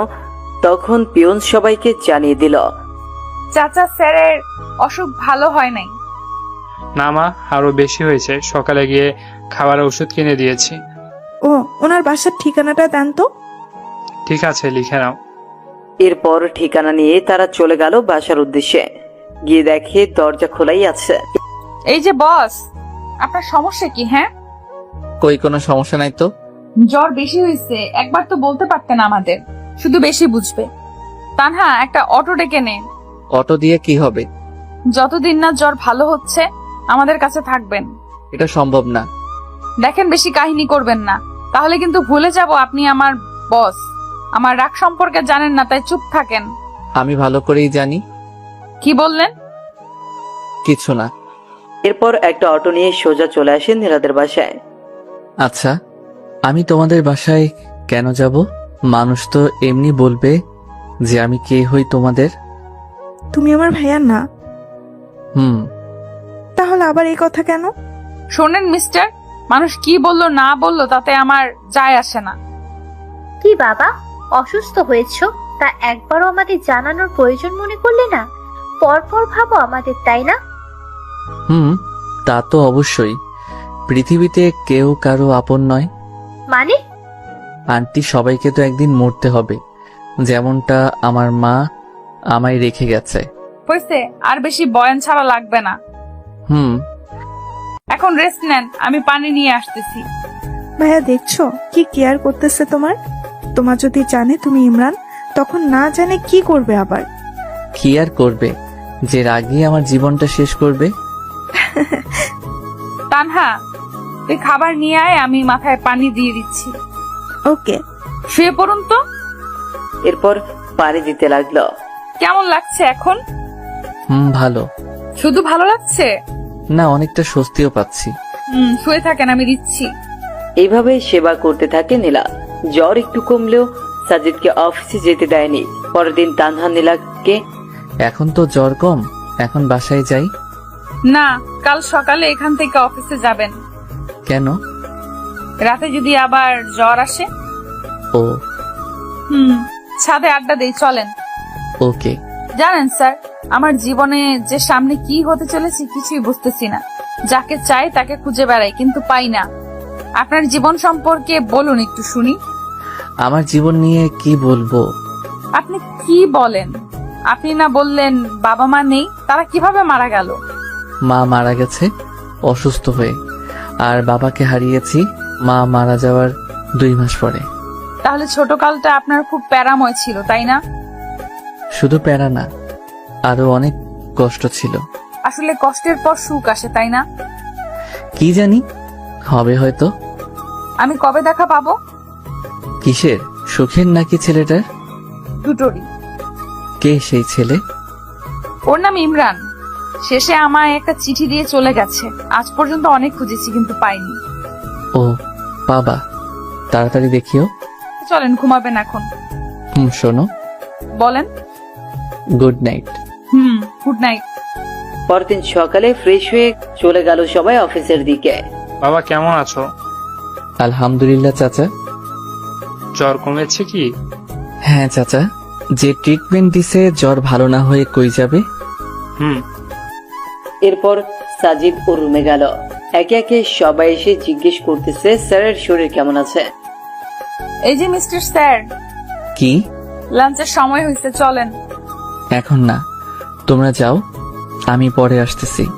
না, এখনই চলেন, বেশি কথা বলবেন না। ওকে চলো। তুমি তো আবার যে রাগী। রাগের তো কিছুই দেখেননি এখনো। আমার মা বাবা আর আমার ডিএফ জানে আমি কেমন রাগী। হইছে, চলেন। এরপর খাওয়া শেষে আবার চলে আসে কাজে। ভাইয়া চলো এখন। আর একটু কাজ করে যাই।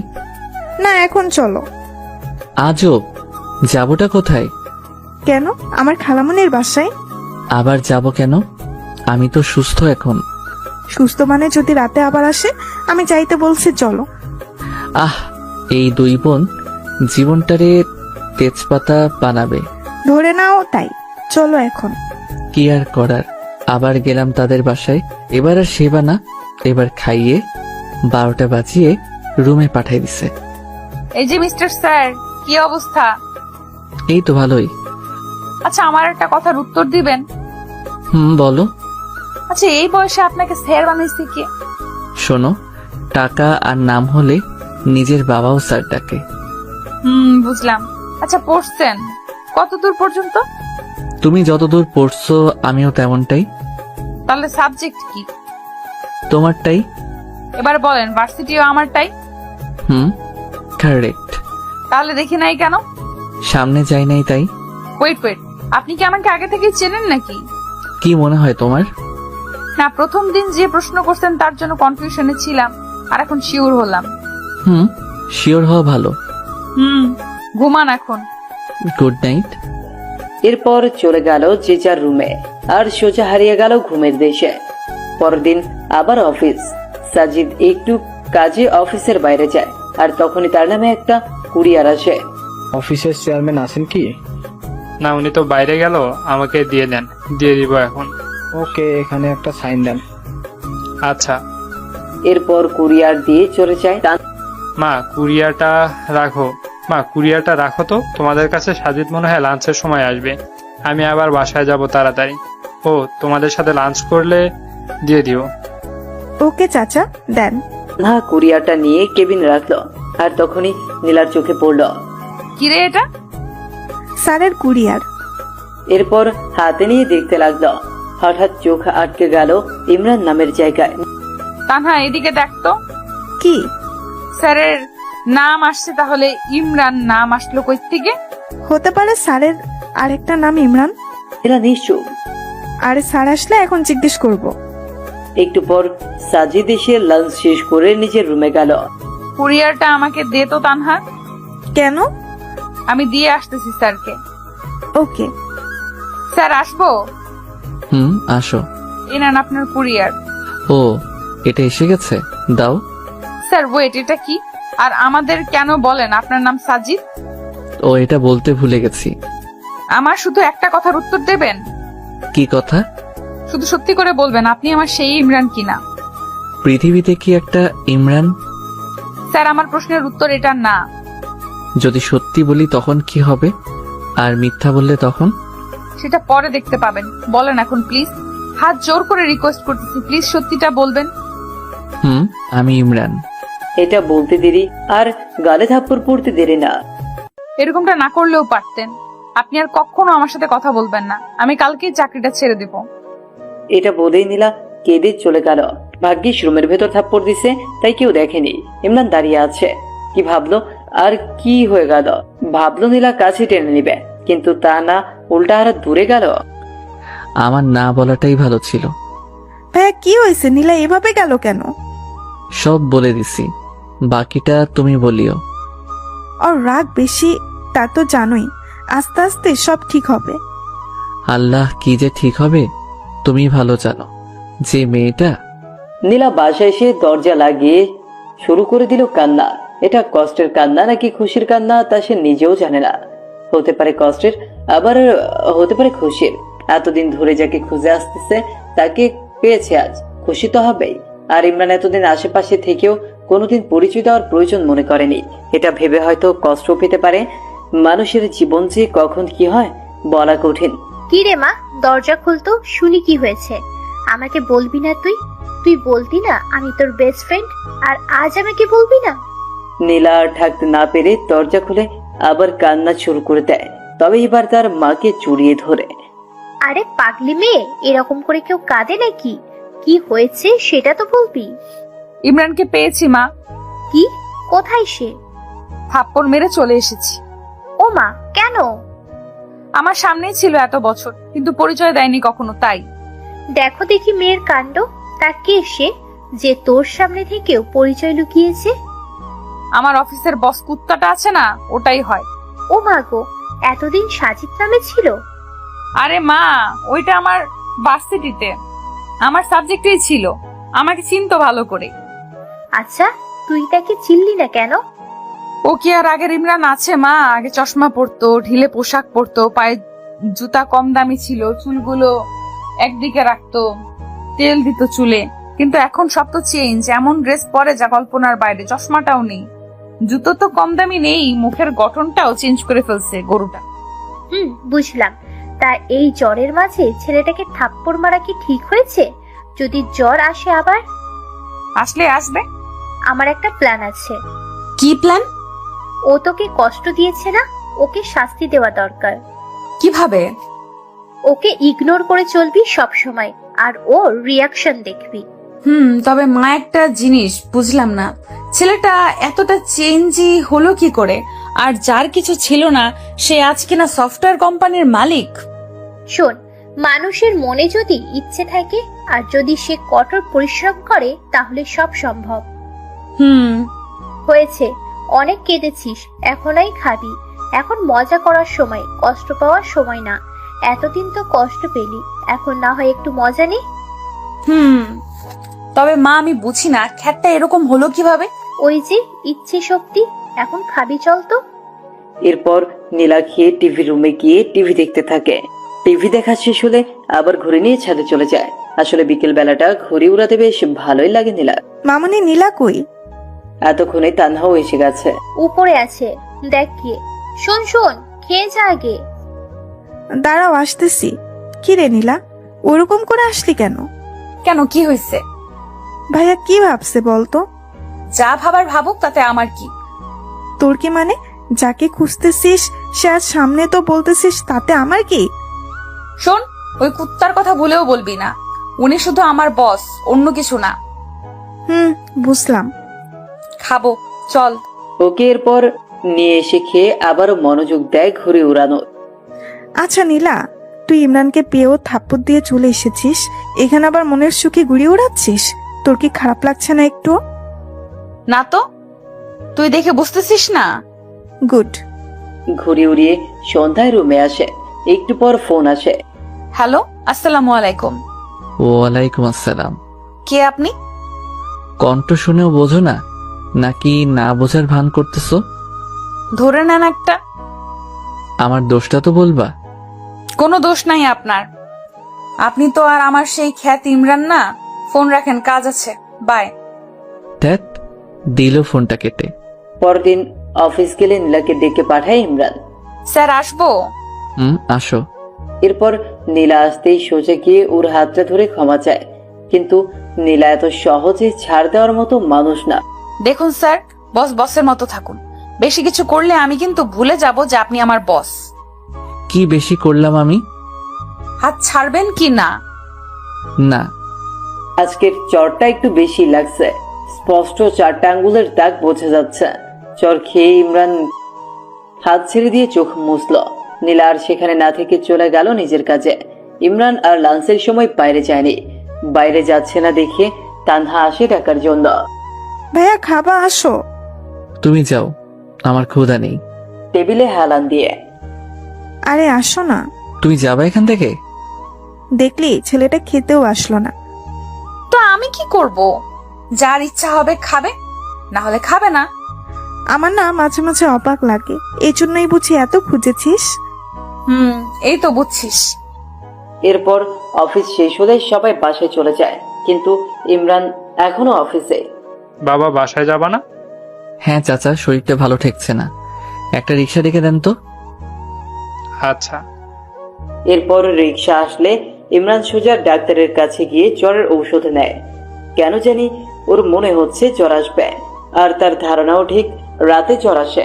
হয়তো মায়ের জন্যই জ্বরের চোটে আজ অজ্ঞান হয়ে যায়। পরের দিন সবাইকে অফিসে দেখা গেলেও ইমরান নেই। সবাই পিয়নকে জিজ্ঞেস করতেছে বস কই, কিন্তু তিনি আর কি বলবেন, নিজেও তো জানেন না। তিনি সবাইকে বলল যে যাওয়ার সময় সাজিদ বলেছিল তার নাকি শরীরটা খারাপ, এর বেশি জানি না আমি। সকাল থেকে ফোন দিচ্ছি কিন্তু উঠাচ্ছে না ফোন। নীলা চল, ভাইয়ার বাসায় যাব। কাহিনী বাদ দিয়ে চুপচাপ কাজ কর। আমার কথা তোর কাছে কাহিনী মনে হয়? ভালোই তো বদলে গেলি তুই নীলা। পরশু পর্যন্ত ঠিকই খুঁজছিলি, আর এখন আসলেই তুই বুঝাতে চাচ্ছিসটা কি? হ্যাঁ, কিছুই না। ভালো। ফোন করেই যাচ্ছে কিন্তু কোনো খবর নেই। এভাবে একটা দিন চলে যায়। পরের দিন আবার অফিসের বস নেই। চাচা আজকেও কি স্যার আসবে না? না, ফোনটাও বন্ধ, হয়তো কোনো কাজে বাইরে গেছে, সময় হলে চলে আসবে। আর আজ সকালে ছুটির 1টার পর হবে। নীলা আমার কাছে ভালো ঠেকছে না রে, কাজে গেলে কেউ ফোন অফ করে না। আমি গেলাম, তুই আসলে আয়, না হলে থাক। তুই তোর ইমরানকে হারাতে পারিস, কিন্তু আমি একটা ভাই পাইছি, তাকে হারাতে পারবো না। দাঁড়া, আমিও যাব, দেখি তোর ভাই কোথায় লুকিয়ে আছে। এরপর দুজন সোজা চলে যায় ইমরানের বাসায়, কিন্তু ইমরান থাকলে তো দেখা পাবে। হ্যালো চাচা, স্যারের বাসায় তো তালা দেওয়া। স্যার কোথায় দয়া করে বলবেন প্লিজ? আসলে চাচা প্লিজ সত্যিটা বলেন। হাসপাতালে। মানে ওখানে কেন? অসুস্থ অনেক, তাই বাসায় দেখাশোনা করে কেউ নাই, তাই আজ সকালে হাসপাতালে ভর্তি করাইছি। কোন জায়গায়? ল্যাব এইডে আছে এখন। আচ্ছা, কি হলো? কোথায় এখন? হাসপাতালে। হোয়াট? এটাই তো চাইছিলি তাই না? চল। কোথায়? যে হসপিটালে আছে সেখানে। ওকে। এরপর তারা সোজা চলে যায় হাসপাতালে। অফিসের লোকের কাছে কেবিন নাম্বার নিয়ে চলে যায় তার কাছে। দেখ কত ভালোভাবে শুয়ে আছে। শুয়ে আছে না, ঘুমের ওষুধ দিছি। এরপর তানহা মাথায় হাত দিল, আর নীলার হাতটাও নিয়ে গিয়ে দিল মাথায়। দেখলি কিরকম জ্বর? এসব তোর জন্যই হয়েছে। কি মাইটটাই না দিছিস আল্লাহ। আচ্ছা তোর রুমালটা দে, এর মাথাটা ঠান্ডা করি পট্টি দিয়ে। হঠাৎ মাথায় ঠান্ডা অনুভব হয়। কিছুক্ষণ পর ঘুম ভেঙে যায় ইমরানের, কিন্তু কেন জানি চোখ খুলতে পারছে না। পারবেই বা কি করে? নীলার এক হাত তো তার চোখে। হঠাৎ কারো কণ্ঠ শুনে জোরে উঠে পড়ে ইমরান। নীলা আবার টেনে নামায় নিচে। তোমরা এখানে কেন, কোনো সমস্যা? আসলে সমস্যা, তবে আমার না তোমার। আমাকে তো সহ্য করতে পারো না। চুপচাপ শুয়ে থাকেন, কথা বললে দিব একটা বসিয়ে। ওই তোমার সমস্যা কি? কথায় কথায় শুধু মায়ের আর মায়ের। তোমাকে এখানে কেউ আসতে বলছে কষ্ট করে? হ্যাঁ, আসলা কেন? তাও মগের মূল্য পাইছো। ইচ্ছা হলে মারবা, ইচ্ছা হলে চলে যাবা। তোমার হিসেবে আমি কি কষ্ট পাইনি 6 বছর? আরে তুমি তো বাবার হোটেলে ছিলা, বুঝবা কি? আমি হারে হারে বুঝেছি জীবনটা আসলে কি। প্রতিটা সময় গেছে এই সমাজের লোকদের সাথে যুদ্ধ করে নিজেকে তাদের সমতুল্য করে তুলতে। তারপর তোমাকে ভুলিনি। মেয়েরা না ছেলেদের স্মার্টনেসকে ভালোবাসে, টাকা পয়সা ভালোবাসে, অন্য কিছু না। তোমার কি মনে হয় আমি এতদিনে প্রপোজাল পাইনি? আরে তোমার সামনেই তো তোমার বোন সেদিন প্রপোজ করছে, আর বাকিগুলো না হয় নাই বললাম। তারপরও কারোর সাথে প্রেমে জড়াইনি, কারণ একটাই, তোমাকে ভালোবাসি। প্রতিটা দিন কাছ থেকে না হলেও দূর থেকে দেখেছি। আমারও ইচ্ছা ছিল তোমার কাছে যাওয়া, কথা বলা, কিন্তু পারিনি। আগে প্রতিষ্ঠিত হতে চেয়েছি, আর তুমি ভাবো যে শুধু তুমি কষ্ট পাইছো। বাবা, স্যারের দেখি মুখ দিয়ে বুলেটও বার হয়। স্যার এখন এখান থেকে আমার বাড়ি চলেন। কেন? একদিন ট্রিটমেন্ট না করেই জ্বর হাইয়ে উঠছে, আরো যদি এখন ট্রিটমেন্ট ছেড়ে দেই তখন তো জ্বরের টেম্পারেচার বেড়ে পার হয়ে চলে যাবে। হয়েছে, আমাকে নিয়ে ভাবতে হবে না। 6 বছর যাকে নিয়ে ভাবলাম তাকে এত তাড়াতাড়ি কেমনে ভুলি? ভালো। যাবেন কি এখন? না। আরে আরে নীলা, ছেলেটার জ্বর রে। আঙুল বাঁকা না করলে ঘি ওঠে না রে। কি এখন যাবেন তো স্যার? ইমরান কিছু না বলে চুপ করে আছে। এই যে স্যার, উঠবেন কি এখন? হুম। এরপর হাসপাতাল থেকে তারা চলে গেল তাদের বাসায়। কি বাবা, কেমন আছো? এই তো একটু অসুস্থ আন্টি। মা, স্যার আমাদের সাথে থাকবে এখানে এখন থেকে। আচ্ছা। না, আমি থাকবো না। কেন? এমনি। আমি থাকতে বলছি, থাকবেন। চুপ, একদম চুপ। তোমার সব কথা শুনবো নাকি? হবে। সম্ভব না, অনেক সহ্য করছি, আর না। চুপচাপ শুয়ে থাকেন এখানে। ইমরানকে শুইয়ে দিয়ে নীলা চলে গেল পানি আনতে। এবার আবার শুরু করলো পানি দেওয়া। মাইটা খুব লাগছে তাই না? হুম। রাগ তোলায় দাও কেন তাহলে? এতদিন আমার সামনে থেকেও একবার বলার প্রয়োজন মনে করনি? তুমি জানো তোমাকে খুঁজতে গিয়ে কত জনের কত কথা শুনতে হয়েছে, কত কষ্ট করতে হয়েছে। তোমার আশা তো ছেড়েই দিছি। আমি শুধু আল্লাহর কাছে বলছি, আল্লাহ প্লিজ একবার ইমরানের সাথে একটা বার দেখা করার সুযোগ দিও। আর কিচ্ছু চাই না। আমাকে বললে কি এমন ক্ষতি হতো তোমার, বলো? কিছুই না, আগে নিজেকে চেঞ্জ করতে চেয়েছি। তুমি তো বলেছো চুল না কাটলে, শার্ট জুতা না পাল্টালে তোমার সামনে না আসি, তাই আসি নাই। আমি রেগে বসি জন্য তুইও সেটা মাইন্ডে নিবি কুত্তা? ওই কি তুই তুকারি করে গালি দিচ্ছ? আমি তোমার বস বলে যেও না। ওই শোন, তুই আমার ক্লাসমেট, ওকে? এটা তোর অফিস না, তো বস বস করবি না। আচ্ছা, নিজেকে এত সহজে পাল্টালেন কি করে? নীলা পট্টি দিতে লাগলো। প্রশ্ন করতেছে, সহজ? এর থেকে কঠিন কিছু নেই। যে ছেলে কাপড়ের মুখ দেখেনি সেই ছেলেটা এইরকম কাপড় জুতা পরার জন্য দিনরাত এক করে কষ্ট করেছে। দিনে প্রাইভেট আর রাতে পার্ট টাইম জব। জানো, ভার্সিটি লাইফে শুধু ভাবতাম কোন দিন শুক্রবার আসবে আর কোন দিন আমি শান্তি মতো একটু ঘুমাবো, কারণ শুক্রবার ছাড়া অন্য কোনো দিন ঘুমানোর সময় পাইতাম না। তো পাল্টাতে কে বলেছে? আর কে বলছে এত কষ্ট করতে? কেউ বলেনি, শুধু খ্যাতনামটা নিজেকে খুব কষ্ট দিত। সামান্য কলেজে যতবার শুনেছি, না জানি এরকম থাকলে ভার্সিটিতে কতবার শুনতে হবে। এটা ভাবতেই শরীরটা শিউরে ওঠে। তাই চিন্তা করেছি, যদি চান্স পাই নিজেকে বদলাতে পারলে যাবই না ভার্সিটিতে। সব বুঝলাম। আর এই কোম্পানিটা, এটা কিভাবে সম্ভব? এটা এক বড় ভাইয়ের সহযোগিতাই করেছি। ও, এখন ঘুমান, আমি মাথায় তেল দিয়ে দেই। না থাক, লাগবে না। একটা কথা বলবো? এত বছর অনেক কষ্ট দিচ্ছেন, অনেক কাঁদাইছেন। প্লিজ হাত জোর করে বলি, আর কষ্ট দিয়েন না। একবার হারাইছি আপনাকে, আর হারাতে চাই না। প্লিজ যা করতে চাই করতে দেন। আর আমি রেগে গিয়ে কিছু বললে বা করলে সেটা মনে নিয়েন না। রেগে গিয়ে মারবা?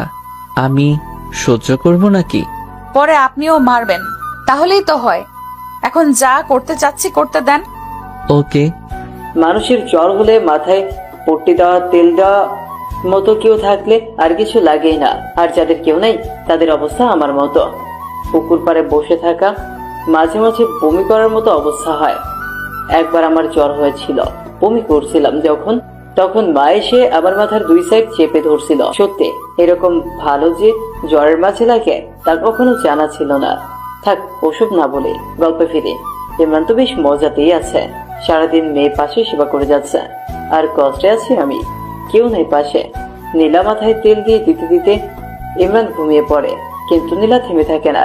সে 11টায় বসেছে ইমরানের পাশে, বিকেল 3টে পর্যন্ত পাশেই বসে আছে। এর মধ্যে ইমরানের ঘুম ভেঙে যায়। তুমি এখনো এরকম করে দিচ্ছ? বললাম না একবার হারাইছি, আর হারাইতে পারবো না। যাও, এখন গোসল করে খাও। ওকে। নীলা গেলে আবার তানহা চলে আসে। ভাইয়া কি অবস্থা এখন? ভালো লাগছে না কিছুই। কিছু খাবা ভাইয়া? না। আচ্ছা শোনো, তুমি এই টয়লেটে গিয়ে পাটা একটু মুছে নাও, আমি শরবত আনতেছি। আচ্ছা। এরপর নীলা গোসল সেরে আসে আর ইমরান ওর গা মুছে ভেতরের সব বার করে দেয়। হয়েছে, এখন পেট খালি। হুম, কি খাবেন এখন? কিছু না। কিছু না বললেই হলো। আমি ফুচকা আনছি, সবাই খাবো, খেয়ে আবার ওষুধ খেতে হবে। ওকে। খাওয়া শেষে আবার একটু শুয়ে পড়ে। জ্বরটা একটু হালকা হালকা লাগছে, কিন্তু এত সহজে কি বাঁচা যায়? রাতে আবার সেই জ্বর, আর নীলার কষ্ট আবার শুরু। সারাটা রাত পাশে থেকে সেবা করে জ্বরটা কন্ট্রোলে নিয়ে আসে। সকালে ইমরান ঘুম থেকে উঠে দেখে নীলা টেবিলে হেলান দিয়ে ঘুমিয়ে পড়েছে। নীলা, নীলা। হুম হুম, ঘুম ভাঙছে। হুম এখন কেমন লাগছে? ভালো। মনে হয় জ্বরটা ভালো হয়েছে। তুমি ঘুমাও, আমি একটু বাইরে থেকে আসি। আচ্ছা। এরপর নীলা ও রুমে গিয়ে ঘুমিয়ে পড়লো। একটু পরে ইমরান রেডি হচ্ছে অফিসে যাওয়ার জন্য। কি হইলো ভাইয়া, রেডি হয়ে কই যাও? কই আবার অফিসে যাব? তোমার মাথা খারাপ? এখনো জ্বর ভালোই হয় নাই, আর তাতেই কাজে। তোমার কাজ আজ আমরা করে দিব, তুমি রেস্ট নাও এখন। আরে আমার কাজ তোমরা পাবা না, আমাকেই যেতে হবে। 2 দিন থেকে কাজ হচ্ছে না আমার। ওই কি কাজ করো তুমি, হ্যাঁ, যে আমরা পাবো না? আমাদের সবার একই কাজ, শুধু সেক্টর আলাদা। তানহা, থামো তো। তানহা, কি হয়েছে রে? এটা আবার কই থেকে আসলো? এত তাড়াতাড়ি ঘুম ভাঙলো? এই দেখ না, ইনি নাকি অফিসে যাবে। যাক, সমস্যা কি? উনি জ্বর নিয়ে বাসায় ফিরবেন আর আমরা কষ্ট করে দিন রাত সেবা করে সুস্থ করব। এটা তো আমাদের জব। হইছে, যাব না। হইছে শান্তি, আজ সকলের অফিস বন্ধ। আমার ল্যাপটপটা দাও, আমি সবাইকে টেক্সট করে দিচ্ছি।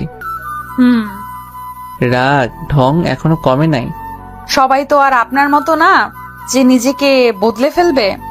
কথাও দেখি বেশি বলে এখন তানহা। সব বদলাইলেও ঝগড়া করার অভ্যাসটা বদলায়নি। কেন জিজ্ঞেস করতো তানহা? দুজনে তানহাকে বলে ঝগড়া করতেছে। তানহা মাঝে দাঁড়িয়ে থেকে ঝগড়া অনুভব করছে।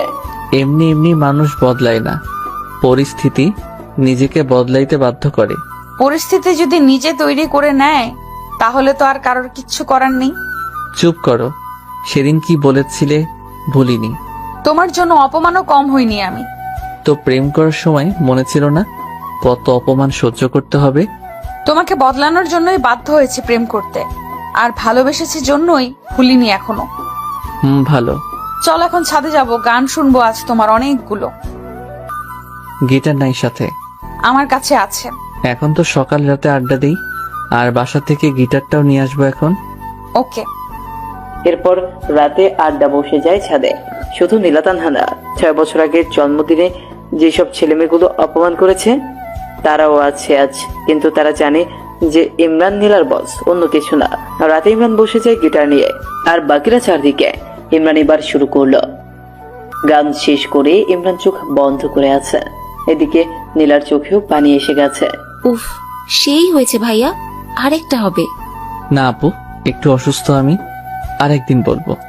দোস্ত, তোর বসের সিট খালি আছে না, ডাবল রে। খালি থাকলে বল, প্রপোজটা করেই দে। মেয়েটা নীলার কানে কানে বলল। বলে দেখ কি বলে। মেয়েটা সোজা গিয়ে প্রপোজ করে বসলো। আচ্ছা, তুমি ভালোবাসা বোঝো? বুঝি তো। বুঝলে আর থাক না বলি পুরনো কথা। স্যার বলেন না, সমস্যা নেই। তোমাদের কলেজের ইমরান নামে কাউকে চেনো?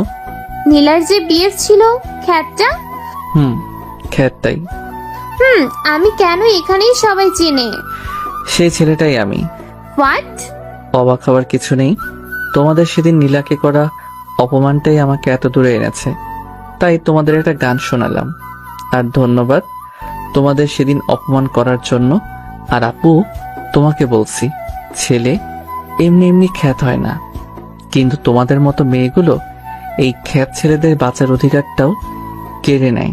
হতে পারে তোমাদের অনেক টাকা আছে, তার জন্য অন্যকে হার্ট করে কিছু বলতে পারো না। পারলে এরকম খ্যাত কাউকে ভালোবেসে তাকে ঠিক করবার চেষ্টা করে দেখাও নীলার মতো, তখন বুঝবো তুমি ভালোবাসা বুঝো।